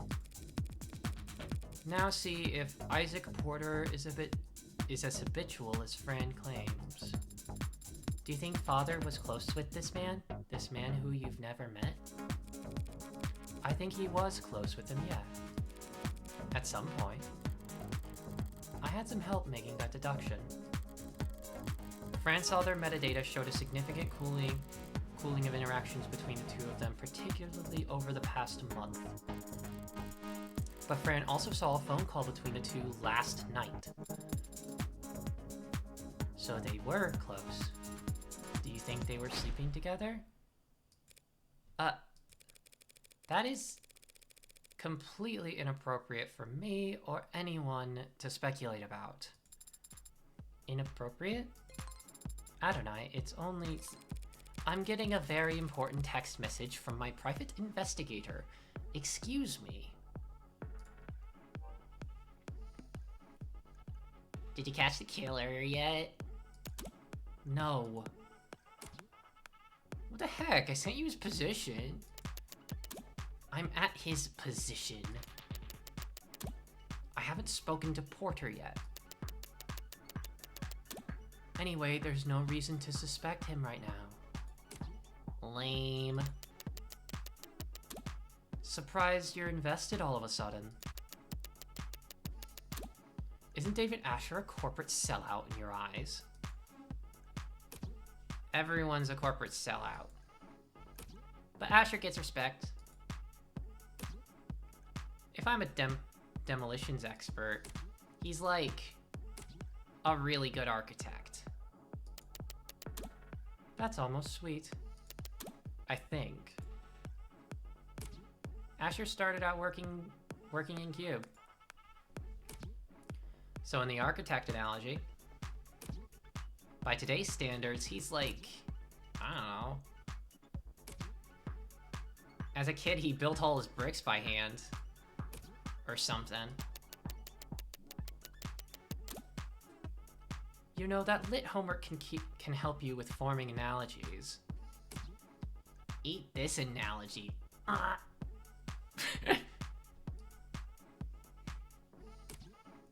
Did that come through or did the characters break? It's supposed to be a guy giving you the finger. I take it Cube is a programming language. What's special about it?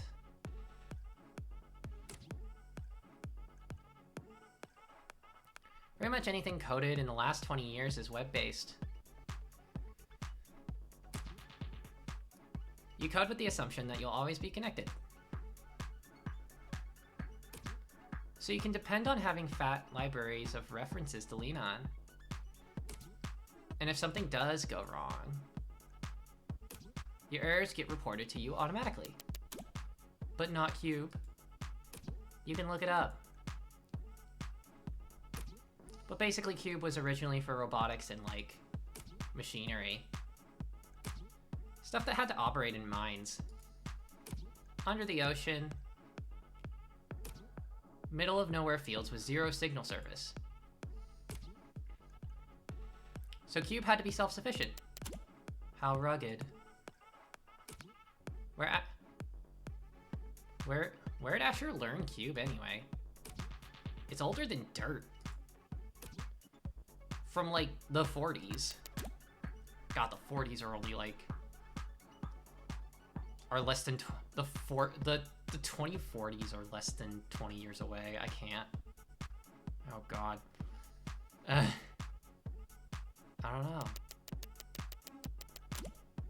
I think his father had a machine shop or something. Vague. Yeah, well, David didn't like to talk about his family. And I never asked. What did your private investigator have to say, Adonai? Not telling.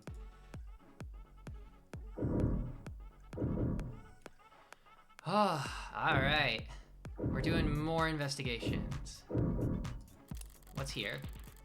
The stage for the talent. Pretty close to the floor. Guess it fits with the whole round table aspect of this place. Everyone's on more or less equal footing, dancing in the dark, once you get past the bouncer.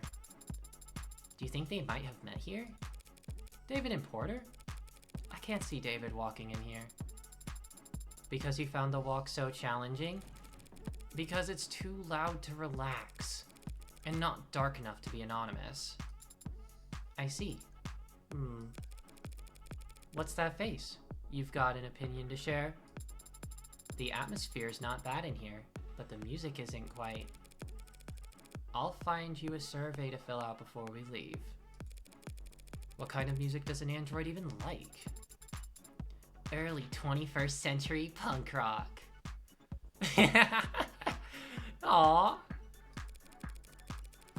Is that just you, or does it go for all androids? I haven't met all androids. I can't speak for them. Wonder what they'd say. If they're smart, they would say music peaked with the early 24th century punk rock. Debate settled.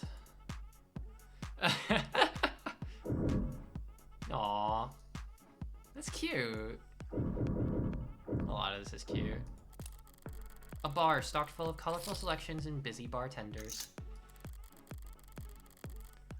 Hope this isn't the kind of club you can order food in. Only time bar food is any good is when you're drunk enough to forget the taste in the gap between chewing and swallowing.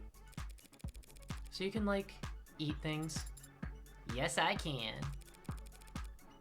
What, like android food? There's no such product. So what do androids eat? Online user guides for noble warm androids clarify that they don't eat anything in the traditional sense. They get their energy from electrical charging, usually wireless. Whenever they need to eat, it's to replenish vitamins and electrolytes. Sounds a lot like what mod users go through with their sports drinks and energy bars. And charger separation anxiety. According to the net, warm androids can ingest nutrient-rich processed carbohydrate pellets if they need to forgo electrical charging for a long time. Processed pellets? You mean like kibble? Like dog food? No, it is not like dog food at all. Can you buy it from the pet store? It seems that you can. How is this something you have to look up anyway? Because I've always just eaten whatever father gave me. Like what? Marbled beef. Never hydroponic avocados. Foie gras. That sort of thing. I am not paying for any of that. I don't think there's anything else here. So let's go to talk. That one over there. He matches the photo Fran sent. Should I approach now or look around some more? I love that there's like a little angry expression like all the time. Like she's just always pissed. We'll move on.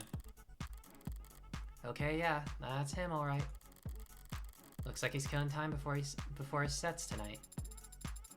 Are you unsure of how to proceed, Adonai? I'm sure that you need to hang back. As for me,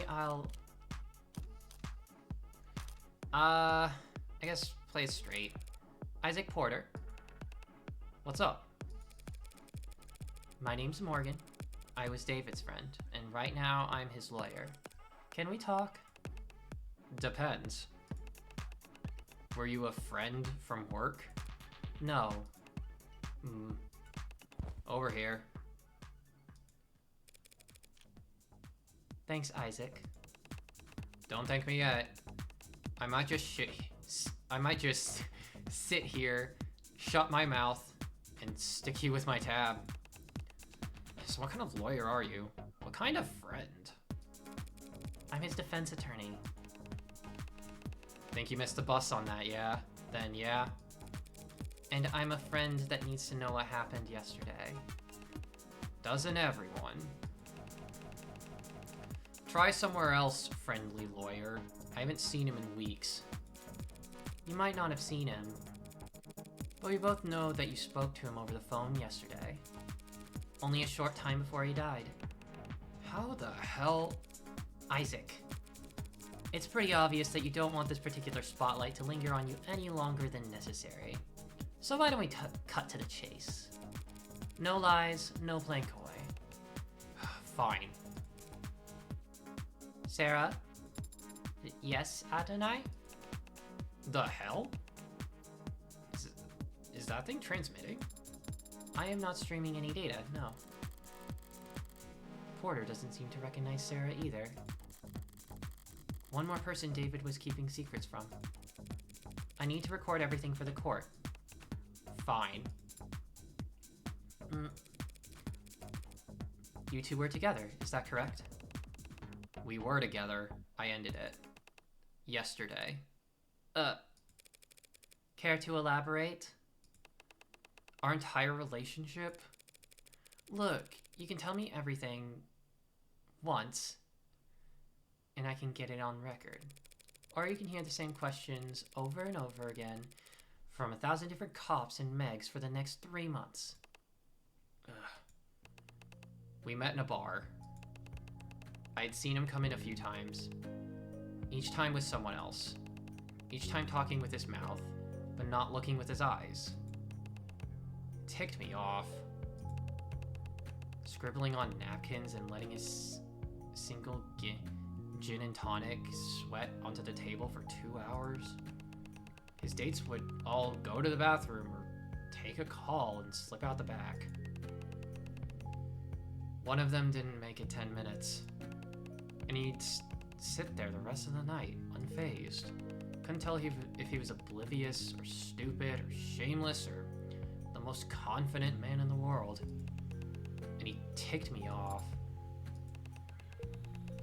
One night, things were slow and my set had been canceled and his date hadn't even bothered to think of an excuse before bailing. So I asked him why he didn't insisted on coming there night after night, just to ignore vapid people he wasn't interested in at a shitty bar with drinks he didn't like. And he just said, because I like your music. Man, did that tick me off. It was cute early on. Him being so passionate about work, I could barely pretend to understand. Aww. And I like that we gave each other space, you know? Felt like we were being mature or whatever. Until? There was no until. No one day where everything turned sour. But at some point, I started to understand where his priorities were and how I ranked in them. Like I said, he was passionate about his work. I just wrongly assumed that he would also be that passionate about me at some point. So I pulled away a little, wanted to see if he'd notice, if he'd miss me. Testing him like that isn't the biggest red flag in the world. He never budged. I could ignore him for days and he wouldn't be at least a little... be the least bit ashamed to see me. If I picked a fight, he'd never get angry or upset. He'd just apologize. He didn't want to fight with me. Guess he was never invested enough to bother. It was my mistake. I watched him sit there all those nights, not giving a shit when people walked away, and still I had this stupid idea that somehow, for whatever reason, I would be different. That I would be special. But I wasn't, so I ended it. Last night? I called him. Didn't expect he'd pick up. I had everything prepared to leave a message with an assistant or ad or whatever. But he answered. First ring. Without hesitation, shame, or awkwardness. And that ticked me off. So I told him exactly how valued he made me feel the past few months. I told him exactly how insignificant I felt as the boyfriend of the illustrious Dr. David Asher. And what did he say? He apologized. And then he asked me if that was all I called to tell him. Woof. I hung up after that. Spent the rest of the night wrapped in warm disdain for him and his coldness. He had made that easy for me. I went to sleep hurt, but clean. Ready for something new. And then this morning I wake up to see that my ex killed himself not 2 hours after he let me walk out of his life without so much as a don't. What the hell, man? What the hell, David?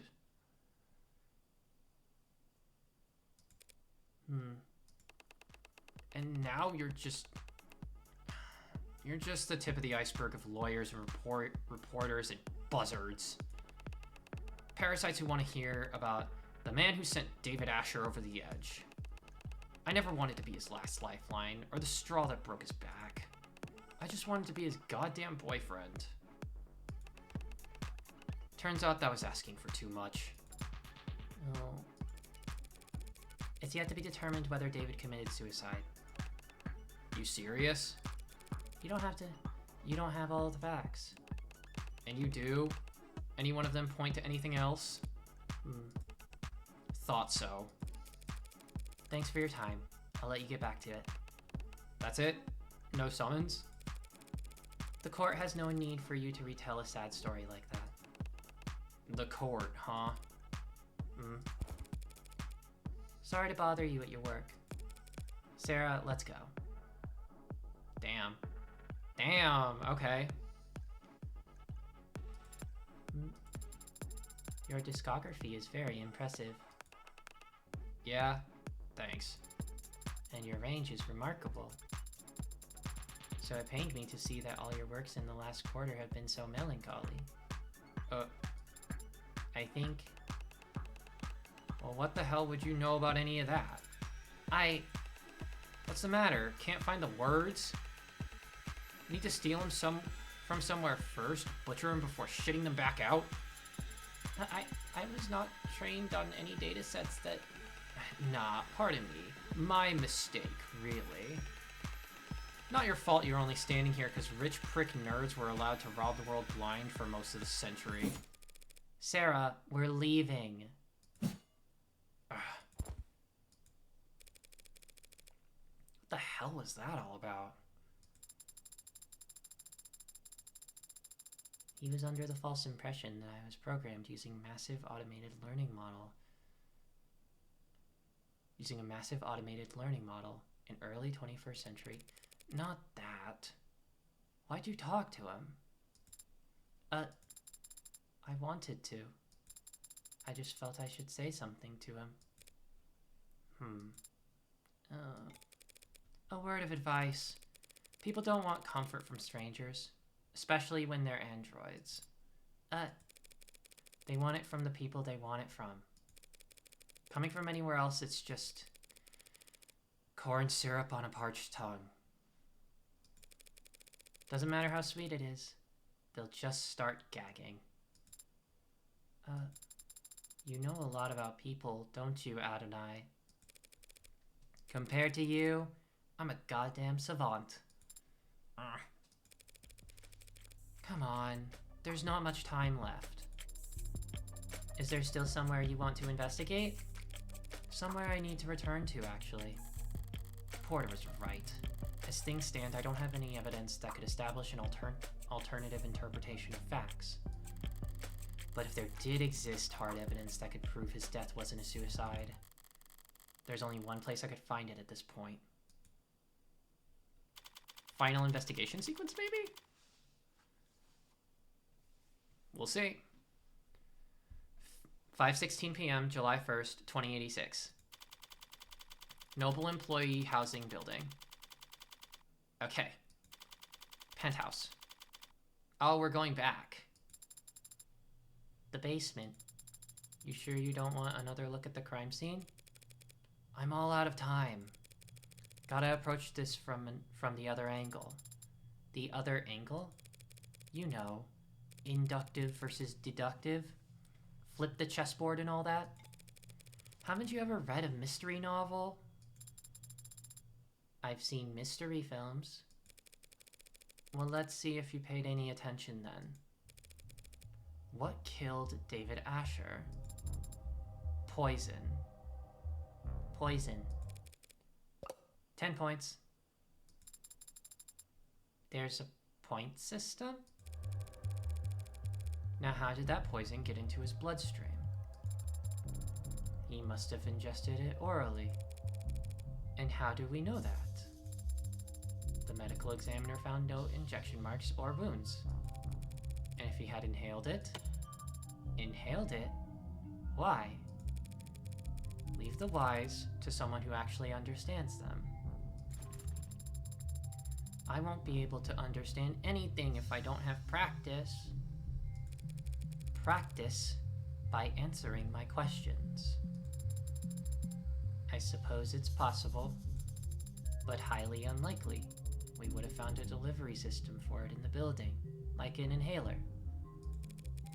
Right. An airborne poison is either shoved in your face or sprayed over a wide area. And no one around David has shown any kind of symptoms. So all we're left is oral intake. Eliminating the impossible. What's next, Adonai? Jung's corroborated statement was that David didn't exhibit any irregular symptoms or behavior until he started drinking that night. And the police didn't find anything unusual in any of the food or drink in his home, except for his cup. The results were inconclusive. Jung was drinking from the same bottle and the same type of cup, but didn't get sick.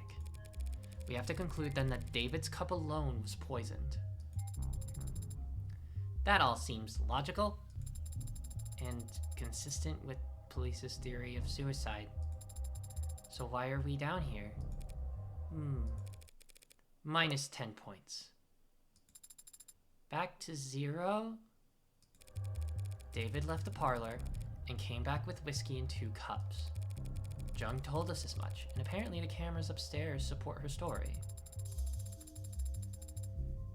So we have to conclude then that he got them both from this bar? Better. 5 points. E. Did he also get the poison from the cabinet? The police have been in here since we left.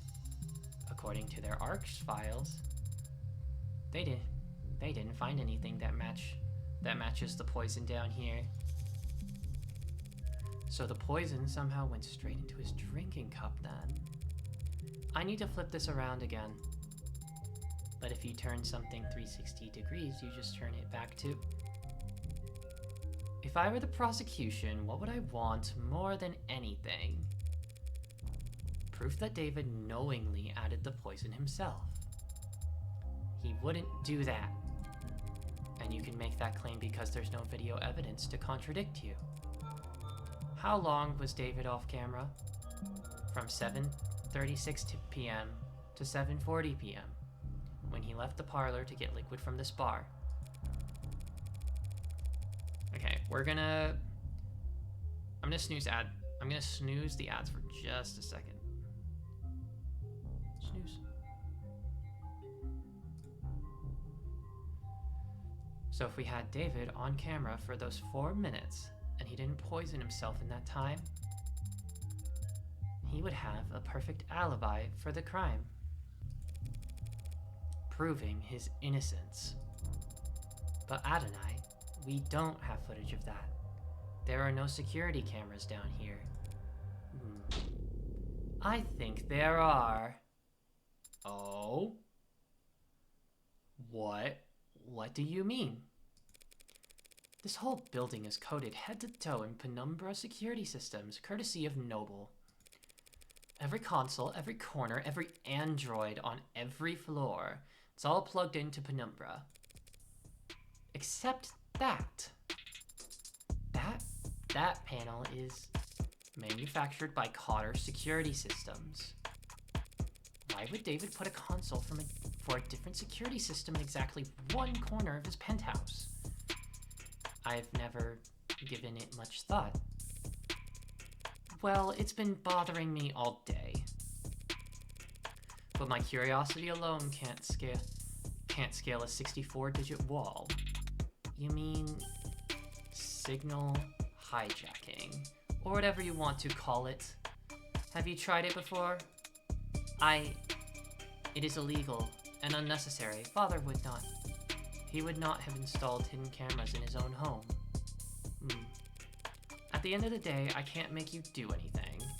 Well, actually, I probably can, now that you're registered to me. But aren't you the one who wanted to prove his innocence? Eliminate the impossible. I will need your express verbal command. Not like David can press charges against us at this point. Do it.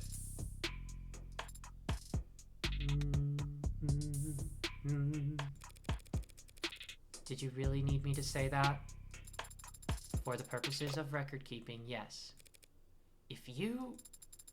I've gotten past the 64-digit code, and I have found cameras. There are a number of them embedded in the room's walls and ceilings. As you theorized, they are on a separate network from the rest of the building. Where are they feeding to if not the Penumbra system? Behind my hibernation unit. A false wall in the back of a safe. I don't understand.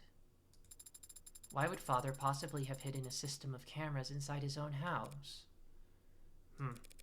Beats me. He was brilliant, and more than a little odd. Throwing in a little money and odd becomes eccentric. I see, I think. I don't. The hell was he thinking? What was he afraid of? Why didn't he come to me for... Time's short. Gather facts now and leave the computation for later. Alrighty, everyone. We're gonna take... We've got ads in 2 minutes, so I think I'm gonna go ahead and take that break. And I will see y'all in 3 minutes. Go ahead and stretch, get some water. Take care of yourselves, friends. Take care of yourselves, friends and lovely viewers. I will be back in 3 minutes.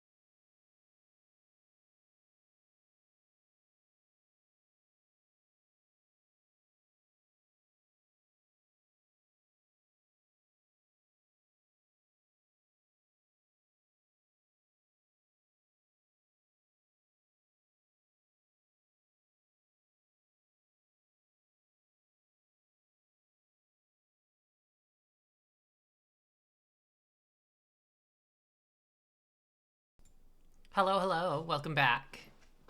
Welcome back, everyone. Hope you had a good break. And we're just about to get back into it. I've been having fun. It's like a lot of reading, but I mean, that's kind of what you sign up for. Also, this song's really good. I say that about a lot of songs. I believe it every time. I like music. It's good. Music is awesome. But for now, we have to put a pause on that. Get back into stream.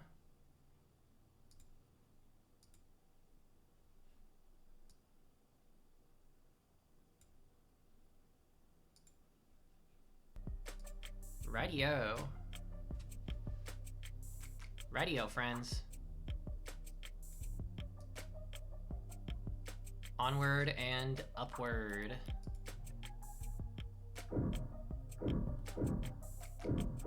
Oh, these are the... Wait. Oh, these are the same, like... things that we checked earlier. Ooh. The liquor cabinet this mystery hinges on. The police have been through it all by now, and they didn't find any foreign contents in any of the spirits. No poison to be found here. Well, not that kind of poison anyway. In which case... Can I make you anything? Well, if you're offering, I'll have... Sorry. You're way underage, aren't you? 2 years old or whatever? Technically. Took that one a lot worse than I expected. Cheer up. Maybe you'll find a mocktail if you climb to the top of the ladder. This is a rolling ladder, a kind of step ladder. Not a ladder. What? Remember, a ladder extends, but a step ladder folds out. And? It's important to know the distinction. I'd bet my life savings that this subject will never come up again. Ever. Oh my god. There's gonna be a freaking... Okay, like, there's gonna be a freaking, like, step ladder thing. Like, later on. I guarantee it. That is, like, 100% a setup. There's no way. What's the story with this, anyway? Some kind of fault in the foundation? I don't know. I've never noticed that crack before. Might want to get those eyes checked. There's nothing wrong with my vision. This crack just must have been created during my most recent hibernation. How? Did David drop a weight a bunch of times over and over in the same spot? What did David even do with all of this equipment? Dry his laundry? What makes you so sure he wasn't exercising? Did you ever see him use any of this crap? No, but he must have used the weights when I wasn't looking, since he promised me he'd take better care of his health. Sarah, these weights are all maxed out. David couldn't have put up numbers like these even if he was piloting a frame. Don't be so sure, Adonai. Pardon? The following is a true story based on primary sources who were present for the event and its aftermath. Copenhagen, 1981, 8:10 a.m. local time. A towering man with the musculature of a world-class professional rugby player enters the global dank bank on Fredericksburg Lane. He explains to the bank teller that he has a bomb in his suitcase, and that he wants his gym bag filled with unmarked bills. A security guard approaches him from behind with a nightstick and swings, but the man simply catches the weapon and bends it into a twisted knot with his massive dinner plate-sized hands. When asked to describe the suspect to the police, afterwards the teller only had this to say: that man was all muscle. The rest of the bank heist proceeds without incident, and the man exits the building just as police arrived on the scene when suddenly, his suitcase explodes. But it's just a smoke screen. Local officers quickly recognize the play and rush towards the door. grabbing each of the hostages as they flee while desperately searching for the perpetrator. What they find instead is a diminutive, frail, sheepish young man, barely 160 centimeters tall, holding a gym bag full of money with no recollection of how he got there. Renowned psychologist and trained hypnotist Dr. Werner Kurtzer wrote the following in his diagnosis: acute dissociative identity disorder. That's right, the man had a split personality. And so great was the disparity between his two halves that when they switched control, he physically changed, becoming taller, bulkier, and capable of previously unthinkable feats of strength. So be careful what you say a man like Father can't do, just because of how he looks on the outside. Sarah, every single word you just said was false. Huh? Don't believe everything you read on the net.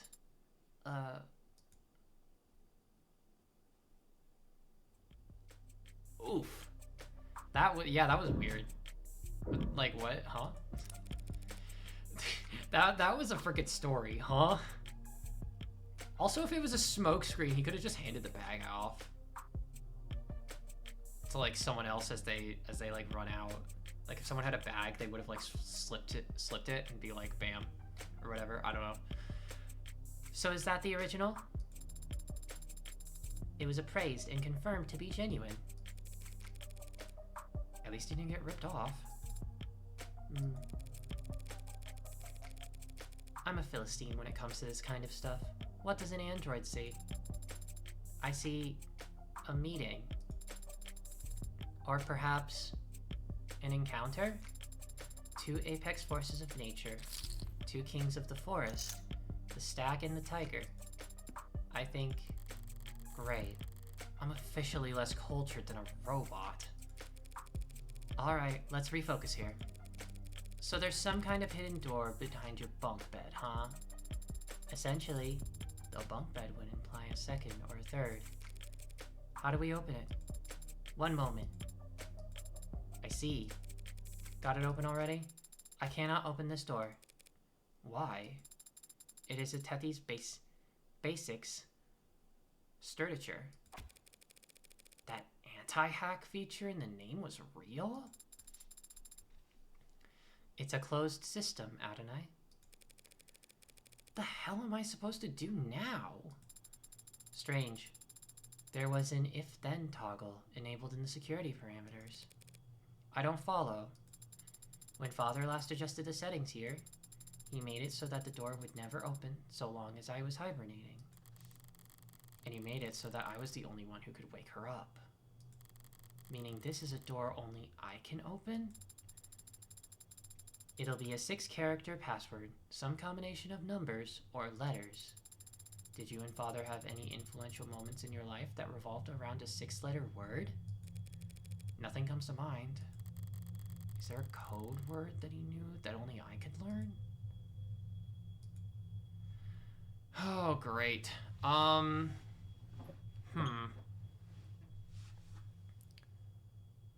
Like, okay, we're back here at this freaking panel.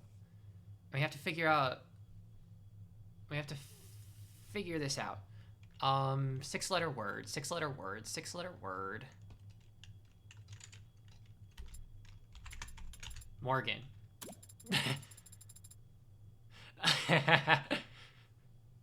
M-O-R-G. Was that your name you just tried? It's 6 characters, isn't it? Yes, but it's not exactly secure, Adonai. Anyone who knew you and Father were close could have tried guessing it. Was there some word only the two of you knew? A nickname? Pretty much everyone just calls me Morgan. But not everyone. Wait, hang on. Not everyone. Wait! No, wait, hang on.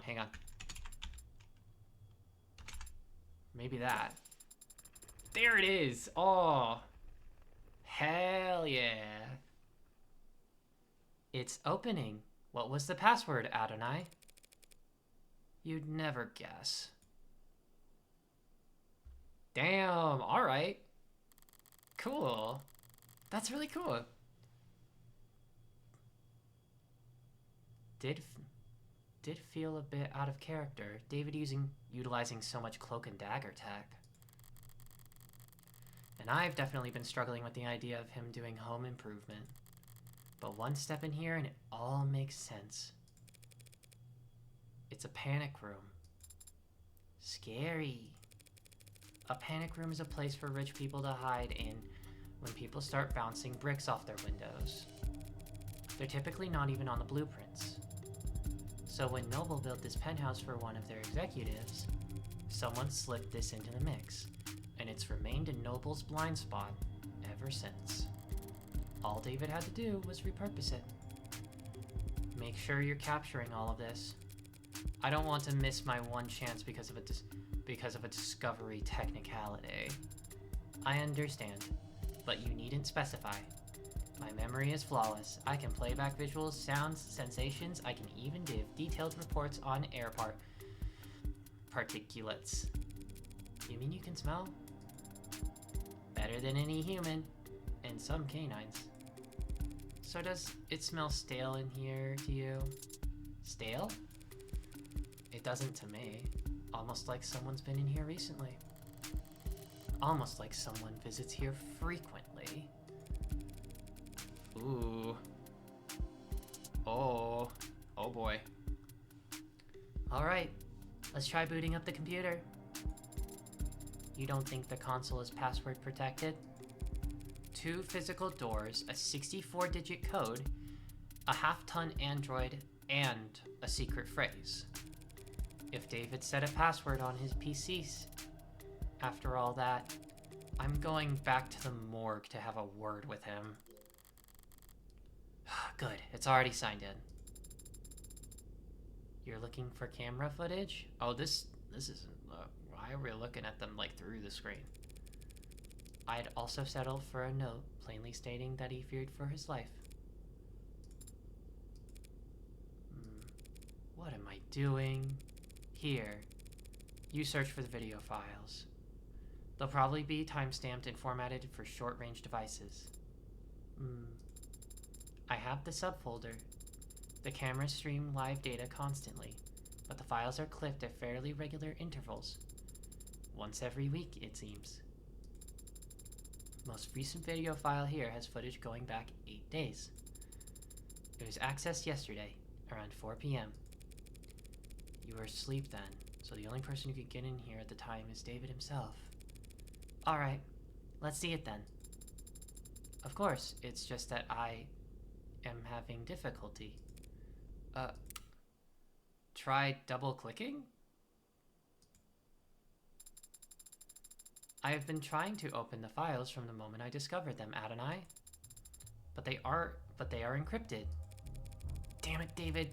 You leave me enough clues to get this far, but you won't let me use your computer?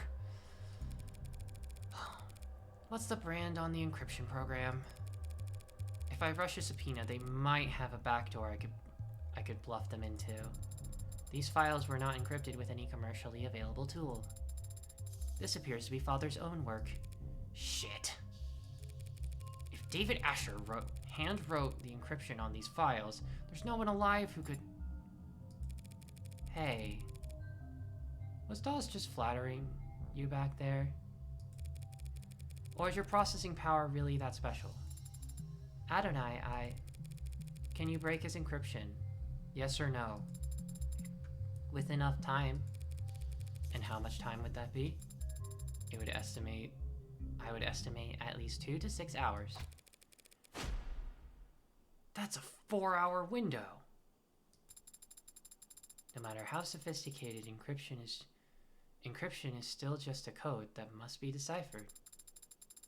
And when deciphering any code, progress proceeds exponentially, which makes it particularly difficult to determine the amount of time required to complete the process. 2 to 6 hours. I don't have any better options. Get started. I started 4 minutes and 23 seconds ago. Finally showing some initiative. But you've been talking to me this whole time. I have the ability to analyze data in parallel by utilizing subconscious processing, so long as the work required is rote. So you're doing it in the back of your head?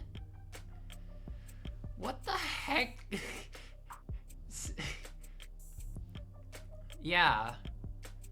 It's like, okay, we have androids. But like, as I've said before, computers are stupid. And then like, Sarah comes in here. And she's just like, I can do everything. Insane. Actually, I'm speaking to you in the back of my head. Oh, that's the rote action. That's crazy. I could give the decryption process my full undivided attention, but I would become non-responsive.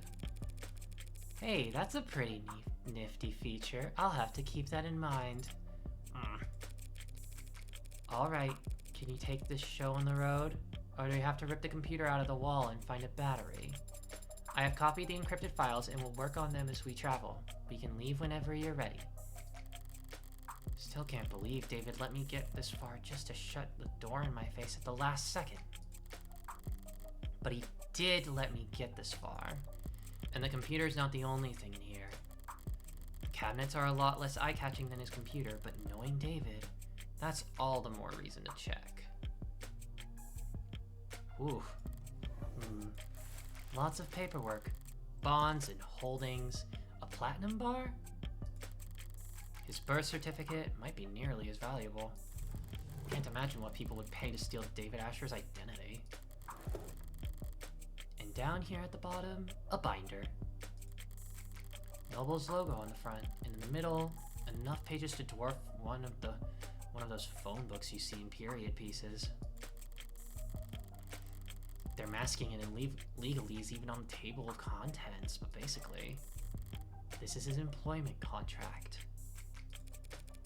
Hold on to this for me. It must be very important if you're giving it to me. It's certainly very heavy. Was there anything else in there? Expecting an updated copy of his will to show up. It is a possibility, isn't it? Maybe in a corny old murder mystery. A widely beloved and respected genre with over 2 centuries of... There is something else. Your papers. That Evangeline Morgan be given immediately and complete ownership of the android designated Sarah. It's dated a few weeks back. Had he already made up his mind about all of this? If he had, why'd he hide this where no one else could find it? Was I just a backup plan? Well, at least we've got something a bit more concrete than Starling's word for now. Her word should be plenty, shouldn't it? Not if people realize how precious you are. As a collector's item. We've yet to meet one person who knows what the hell you are. But Noble could have easily argued that you fall under private technology or physical holdings. Unless I had something like this. It's good that you do then. I'm glad that Father wanted me to go with a friend of his. Yeah. This'll give me a huge tax write-off when I donate you to a for-profit college. You could at least pick a charitable institution. Morgan. It's just an old saying. All colleges have been for profit since the 60s. That doesn't make me feel any better. You can cheer up in the car. Hail us a ride to the courthouse. Priority. There's an upcharge at this hour for priority transportation.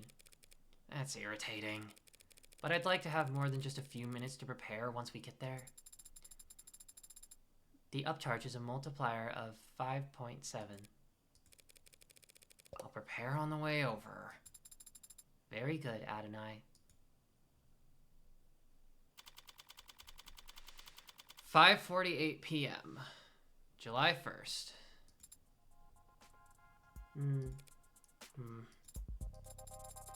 Does it excite you, going into courtrooms? What do you mean? You don't feel the tension in the air as the audience murmurs amongst themselves? You don't feel a fiery sense of justice rising in your gut as the prosecution smirks at your ragtag assembly of witnesses?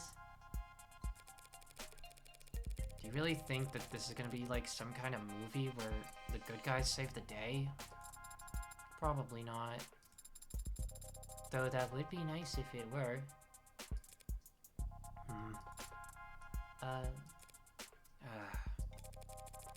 What's your deal anyway? Did David train you off a movie marathon from hell or something? We did watch films together, if that's what you're asking, though he was rarely the one who suggested it. So you were the aggressor? What's an android get out of watching a flick anyway? What do I get? Why do you do it? What's your reason? I'm not sure how to answer your question. Never mind. Forgot what I was talking to.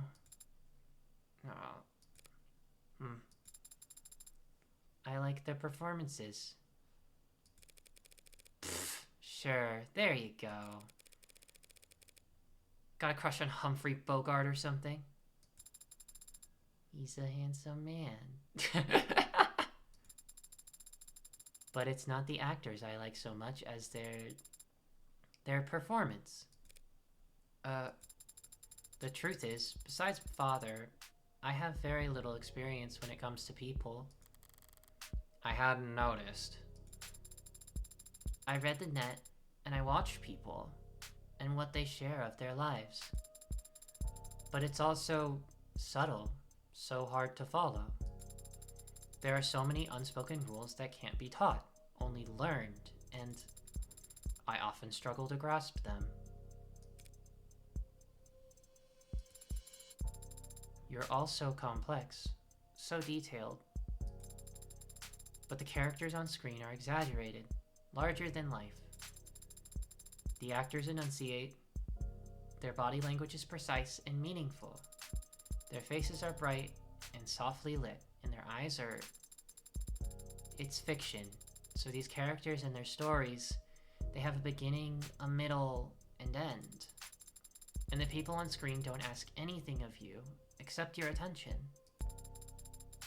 You can't disappoint them, or make them feel awkward. You can just watch and learn.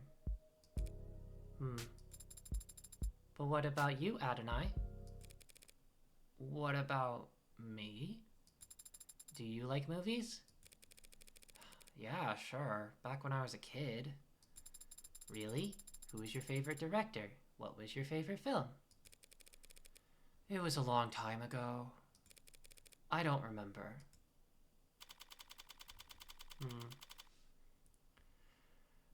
Oh, I love Sarah. Sarah is, like, really freaking adorable. What the heck? State building. Floor 48.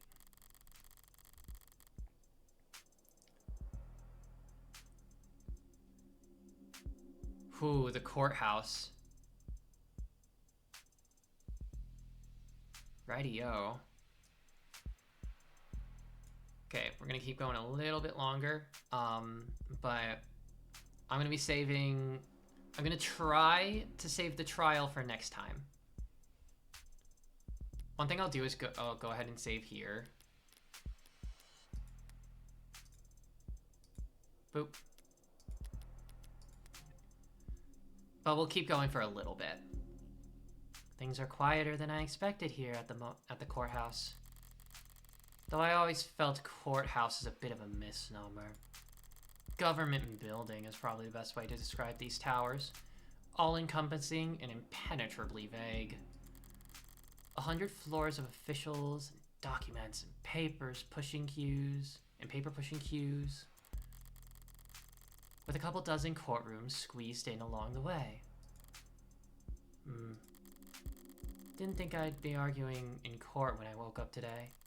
Didn't think that my friend would be dead, or that he'd have thrust an android onto my lap either. I could just walk in there and concede.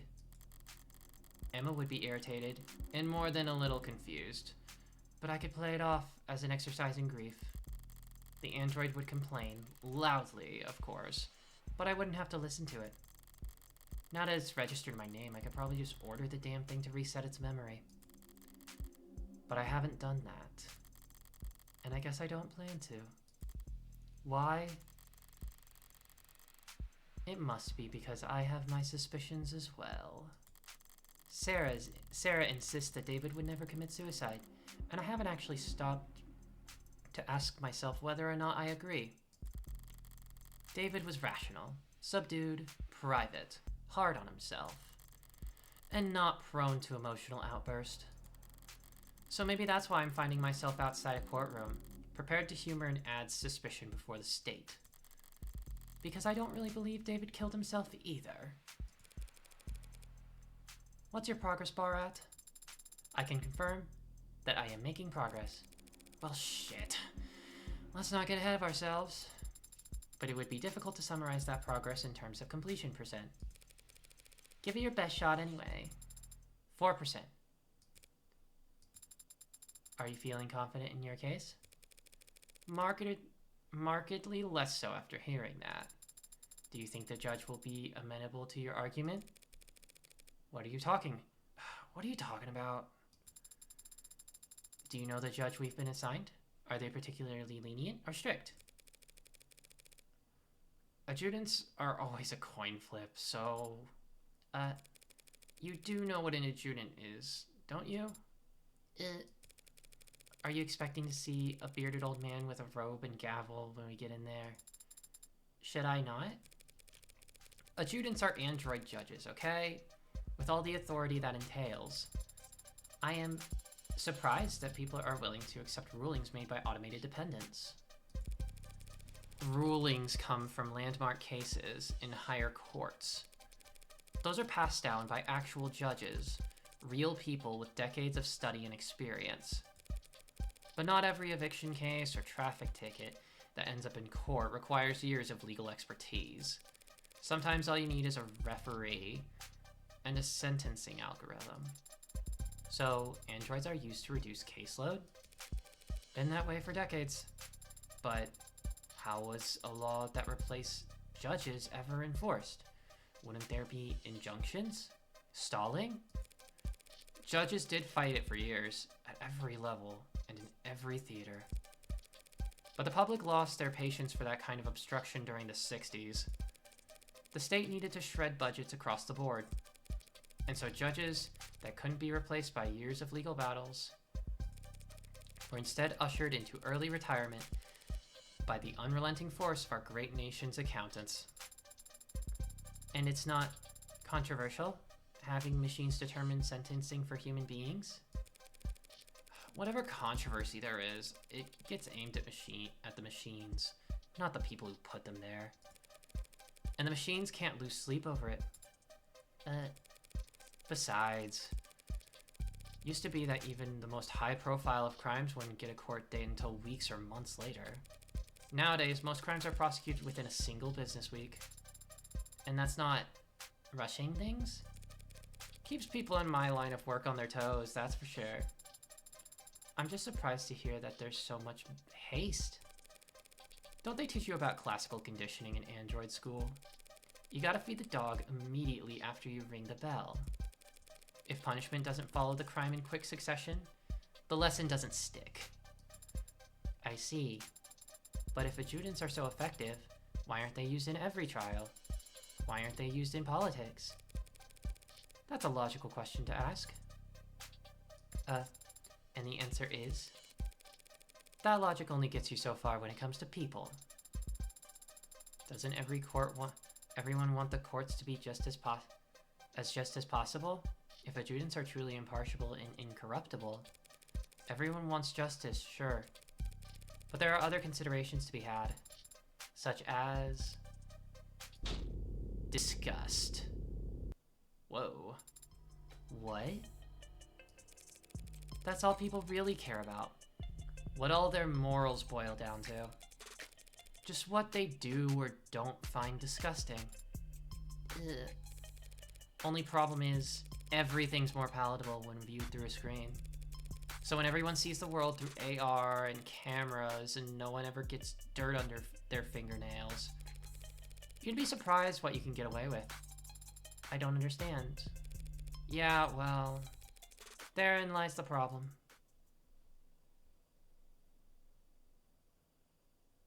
Wowie.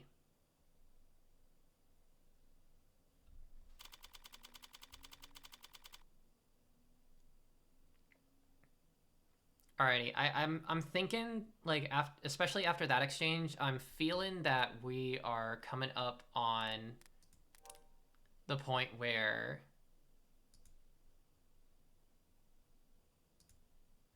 I'm feeling we're coming up at the point where we're gonna be getting into the trial.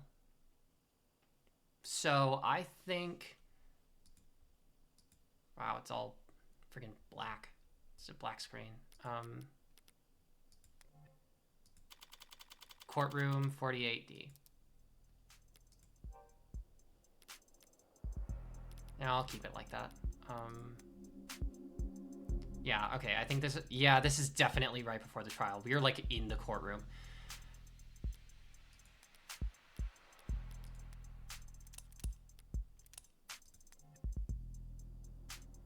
Boop.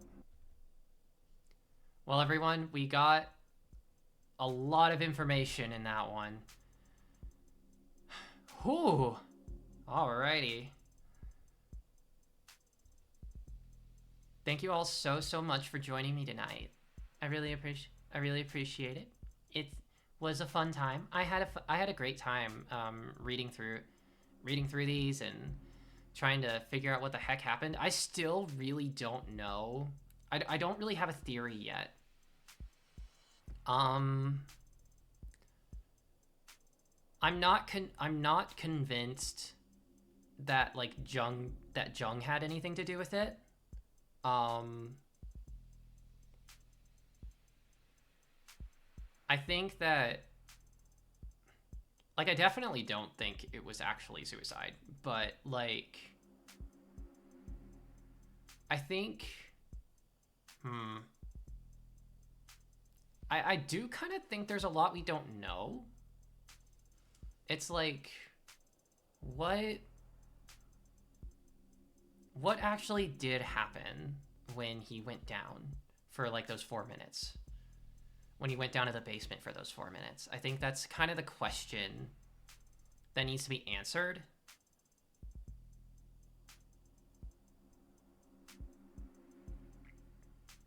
There's got to be something. Like, clearly the panic room has some major significance. Honestly, in regards to David Asher himself, I think that it's very possible that, like, there's some clues within, like, whatever Sarah herself, like, has, like, either in her, like, design or in, like, her, like, memory, potentially. Something maybe hidden. But, like, Sarah's just as invested in proving innocence as well, so I don't know. But I think it's very possible that Sarah's kind of like a key here. Like, obviously she's processing that data and everything, so. But yeah. Those are my thoughts so far. But thank you everyone so much for joining me today. I will be finding someone to raid out to in just a second.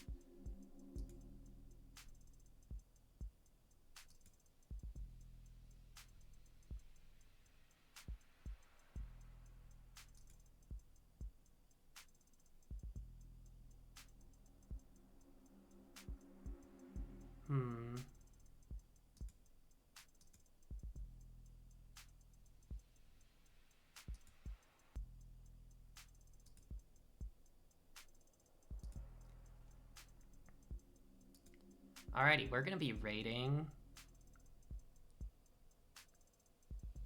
We're gonna be rating Aeon Lamb, who's playing Final Fantasy 14.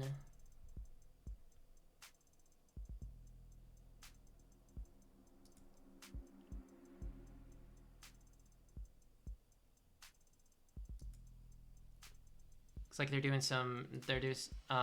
Looks like she's doing some raids. But yeah, thank you all for coming.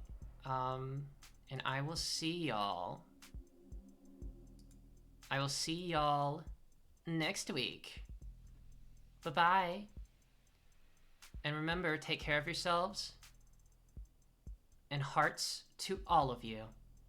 Hearts to every single one of you. Bye-bye, everyone. Rest well.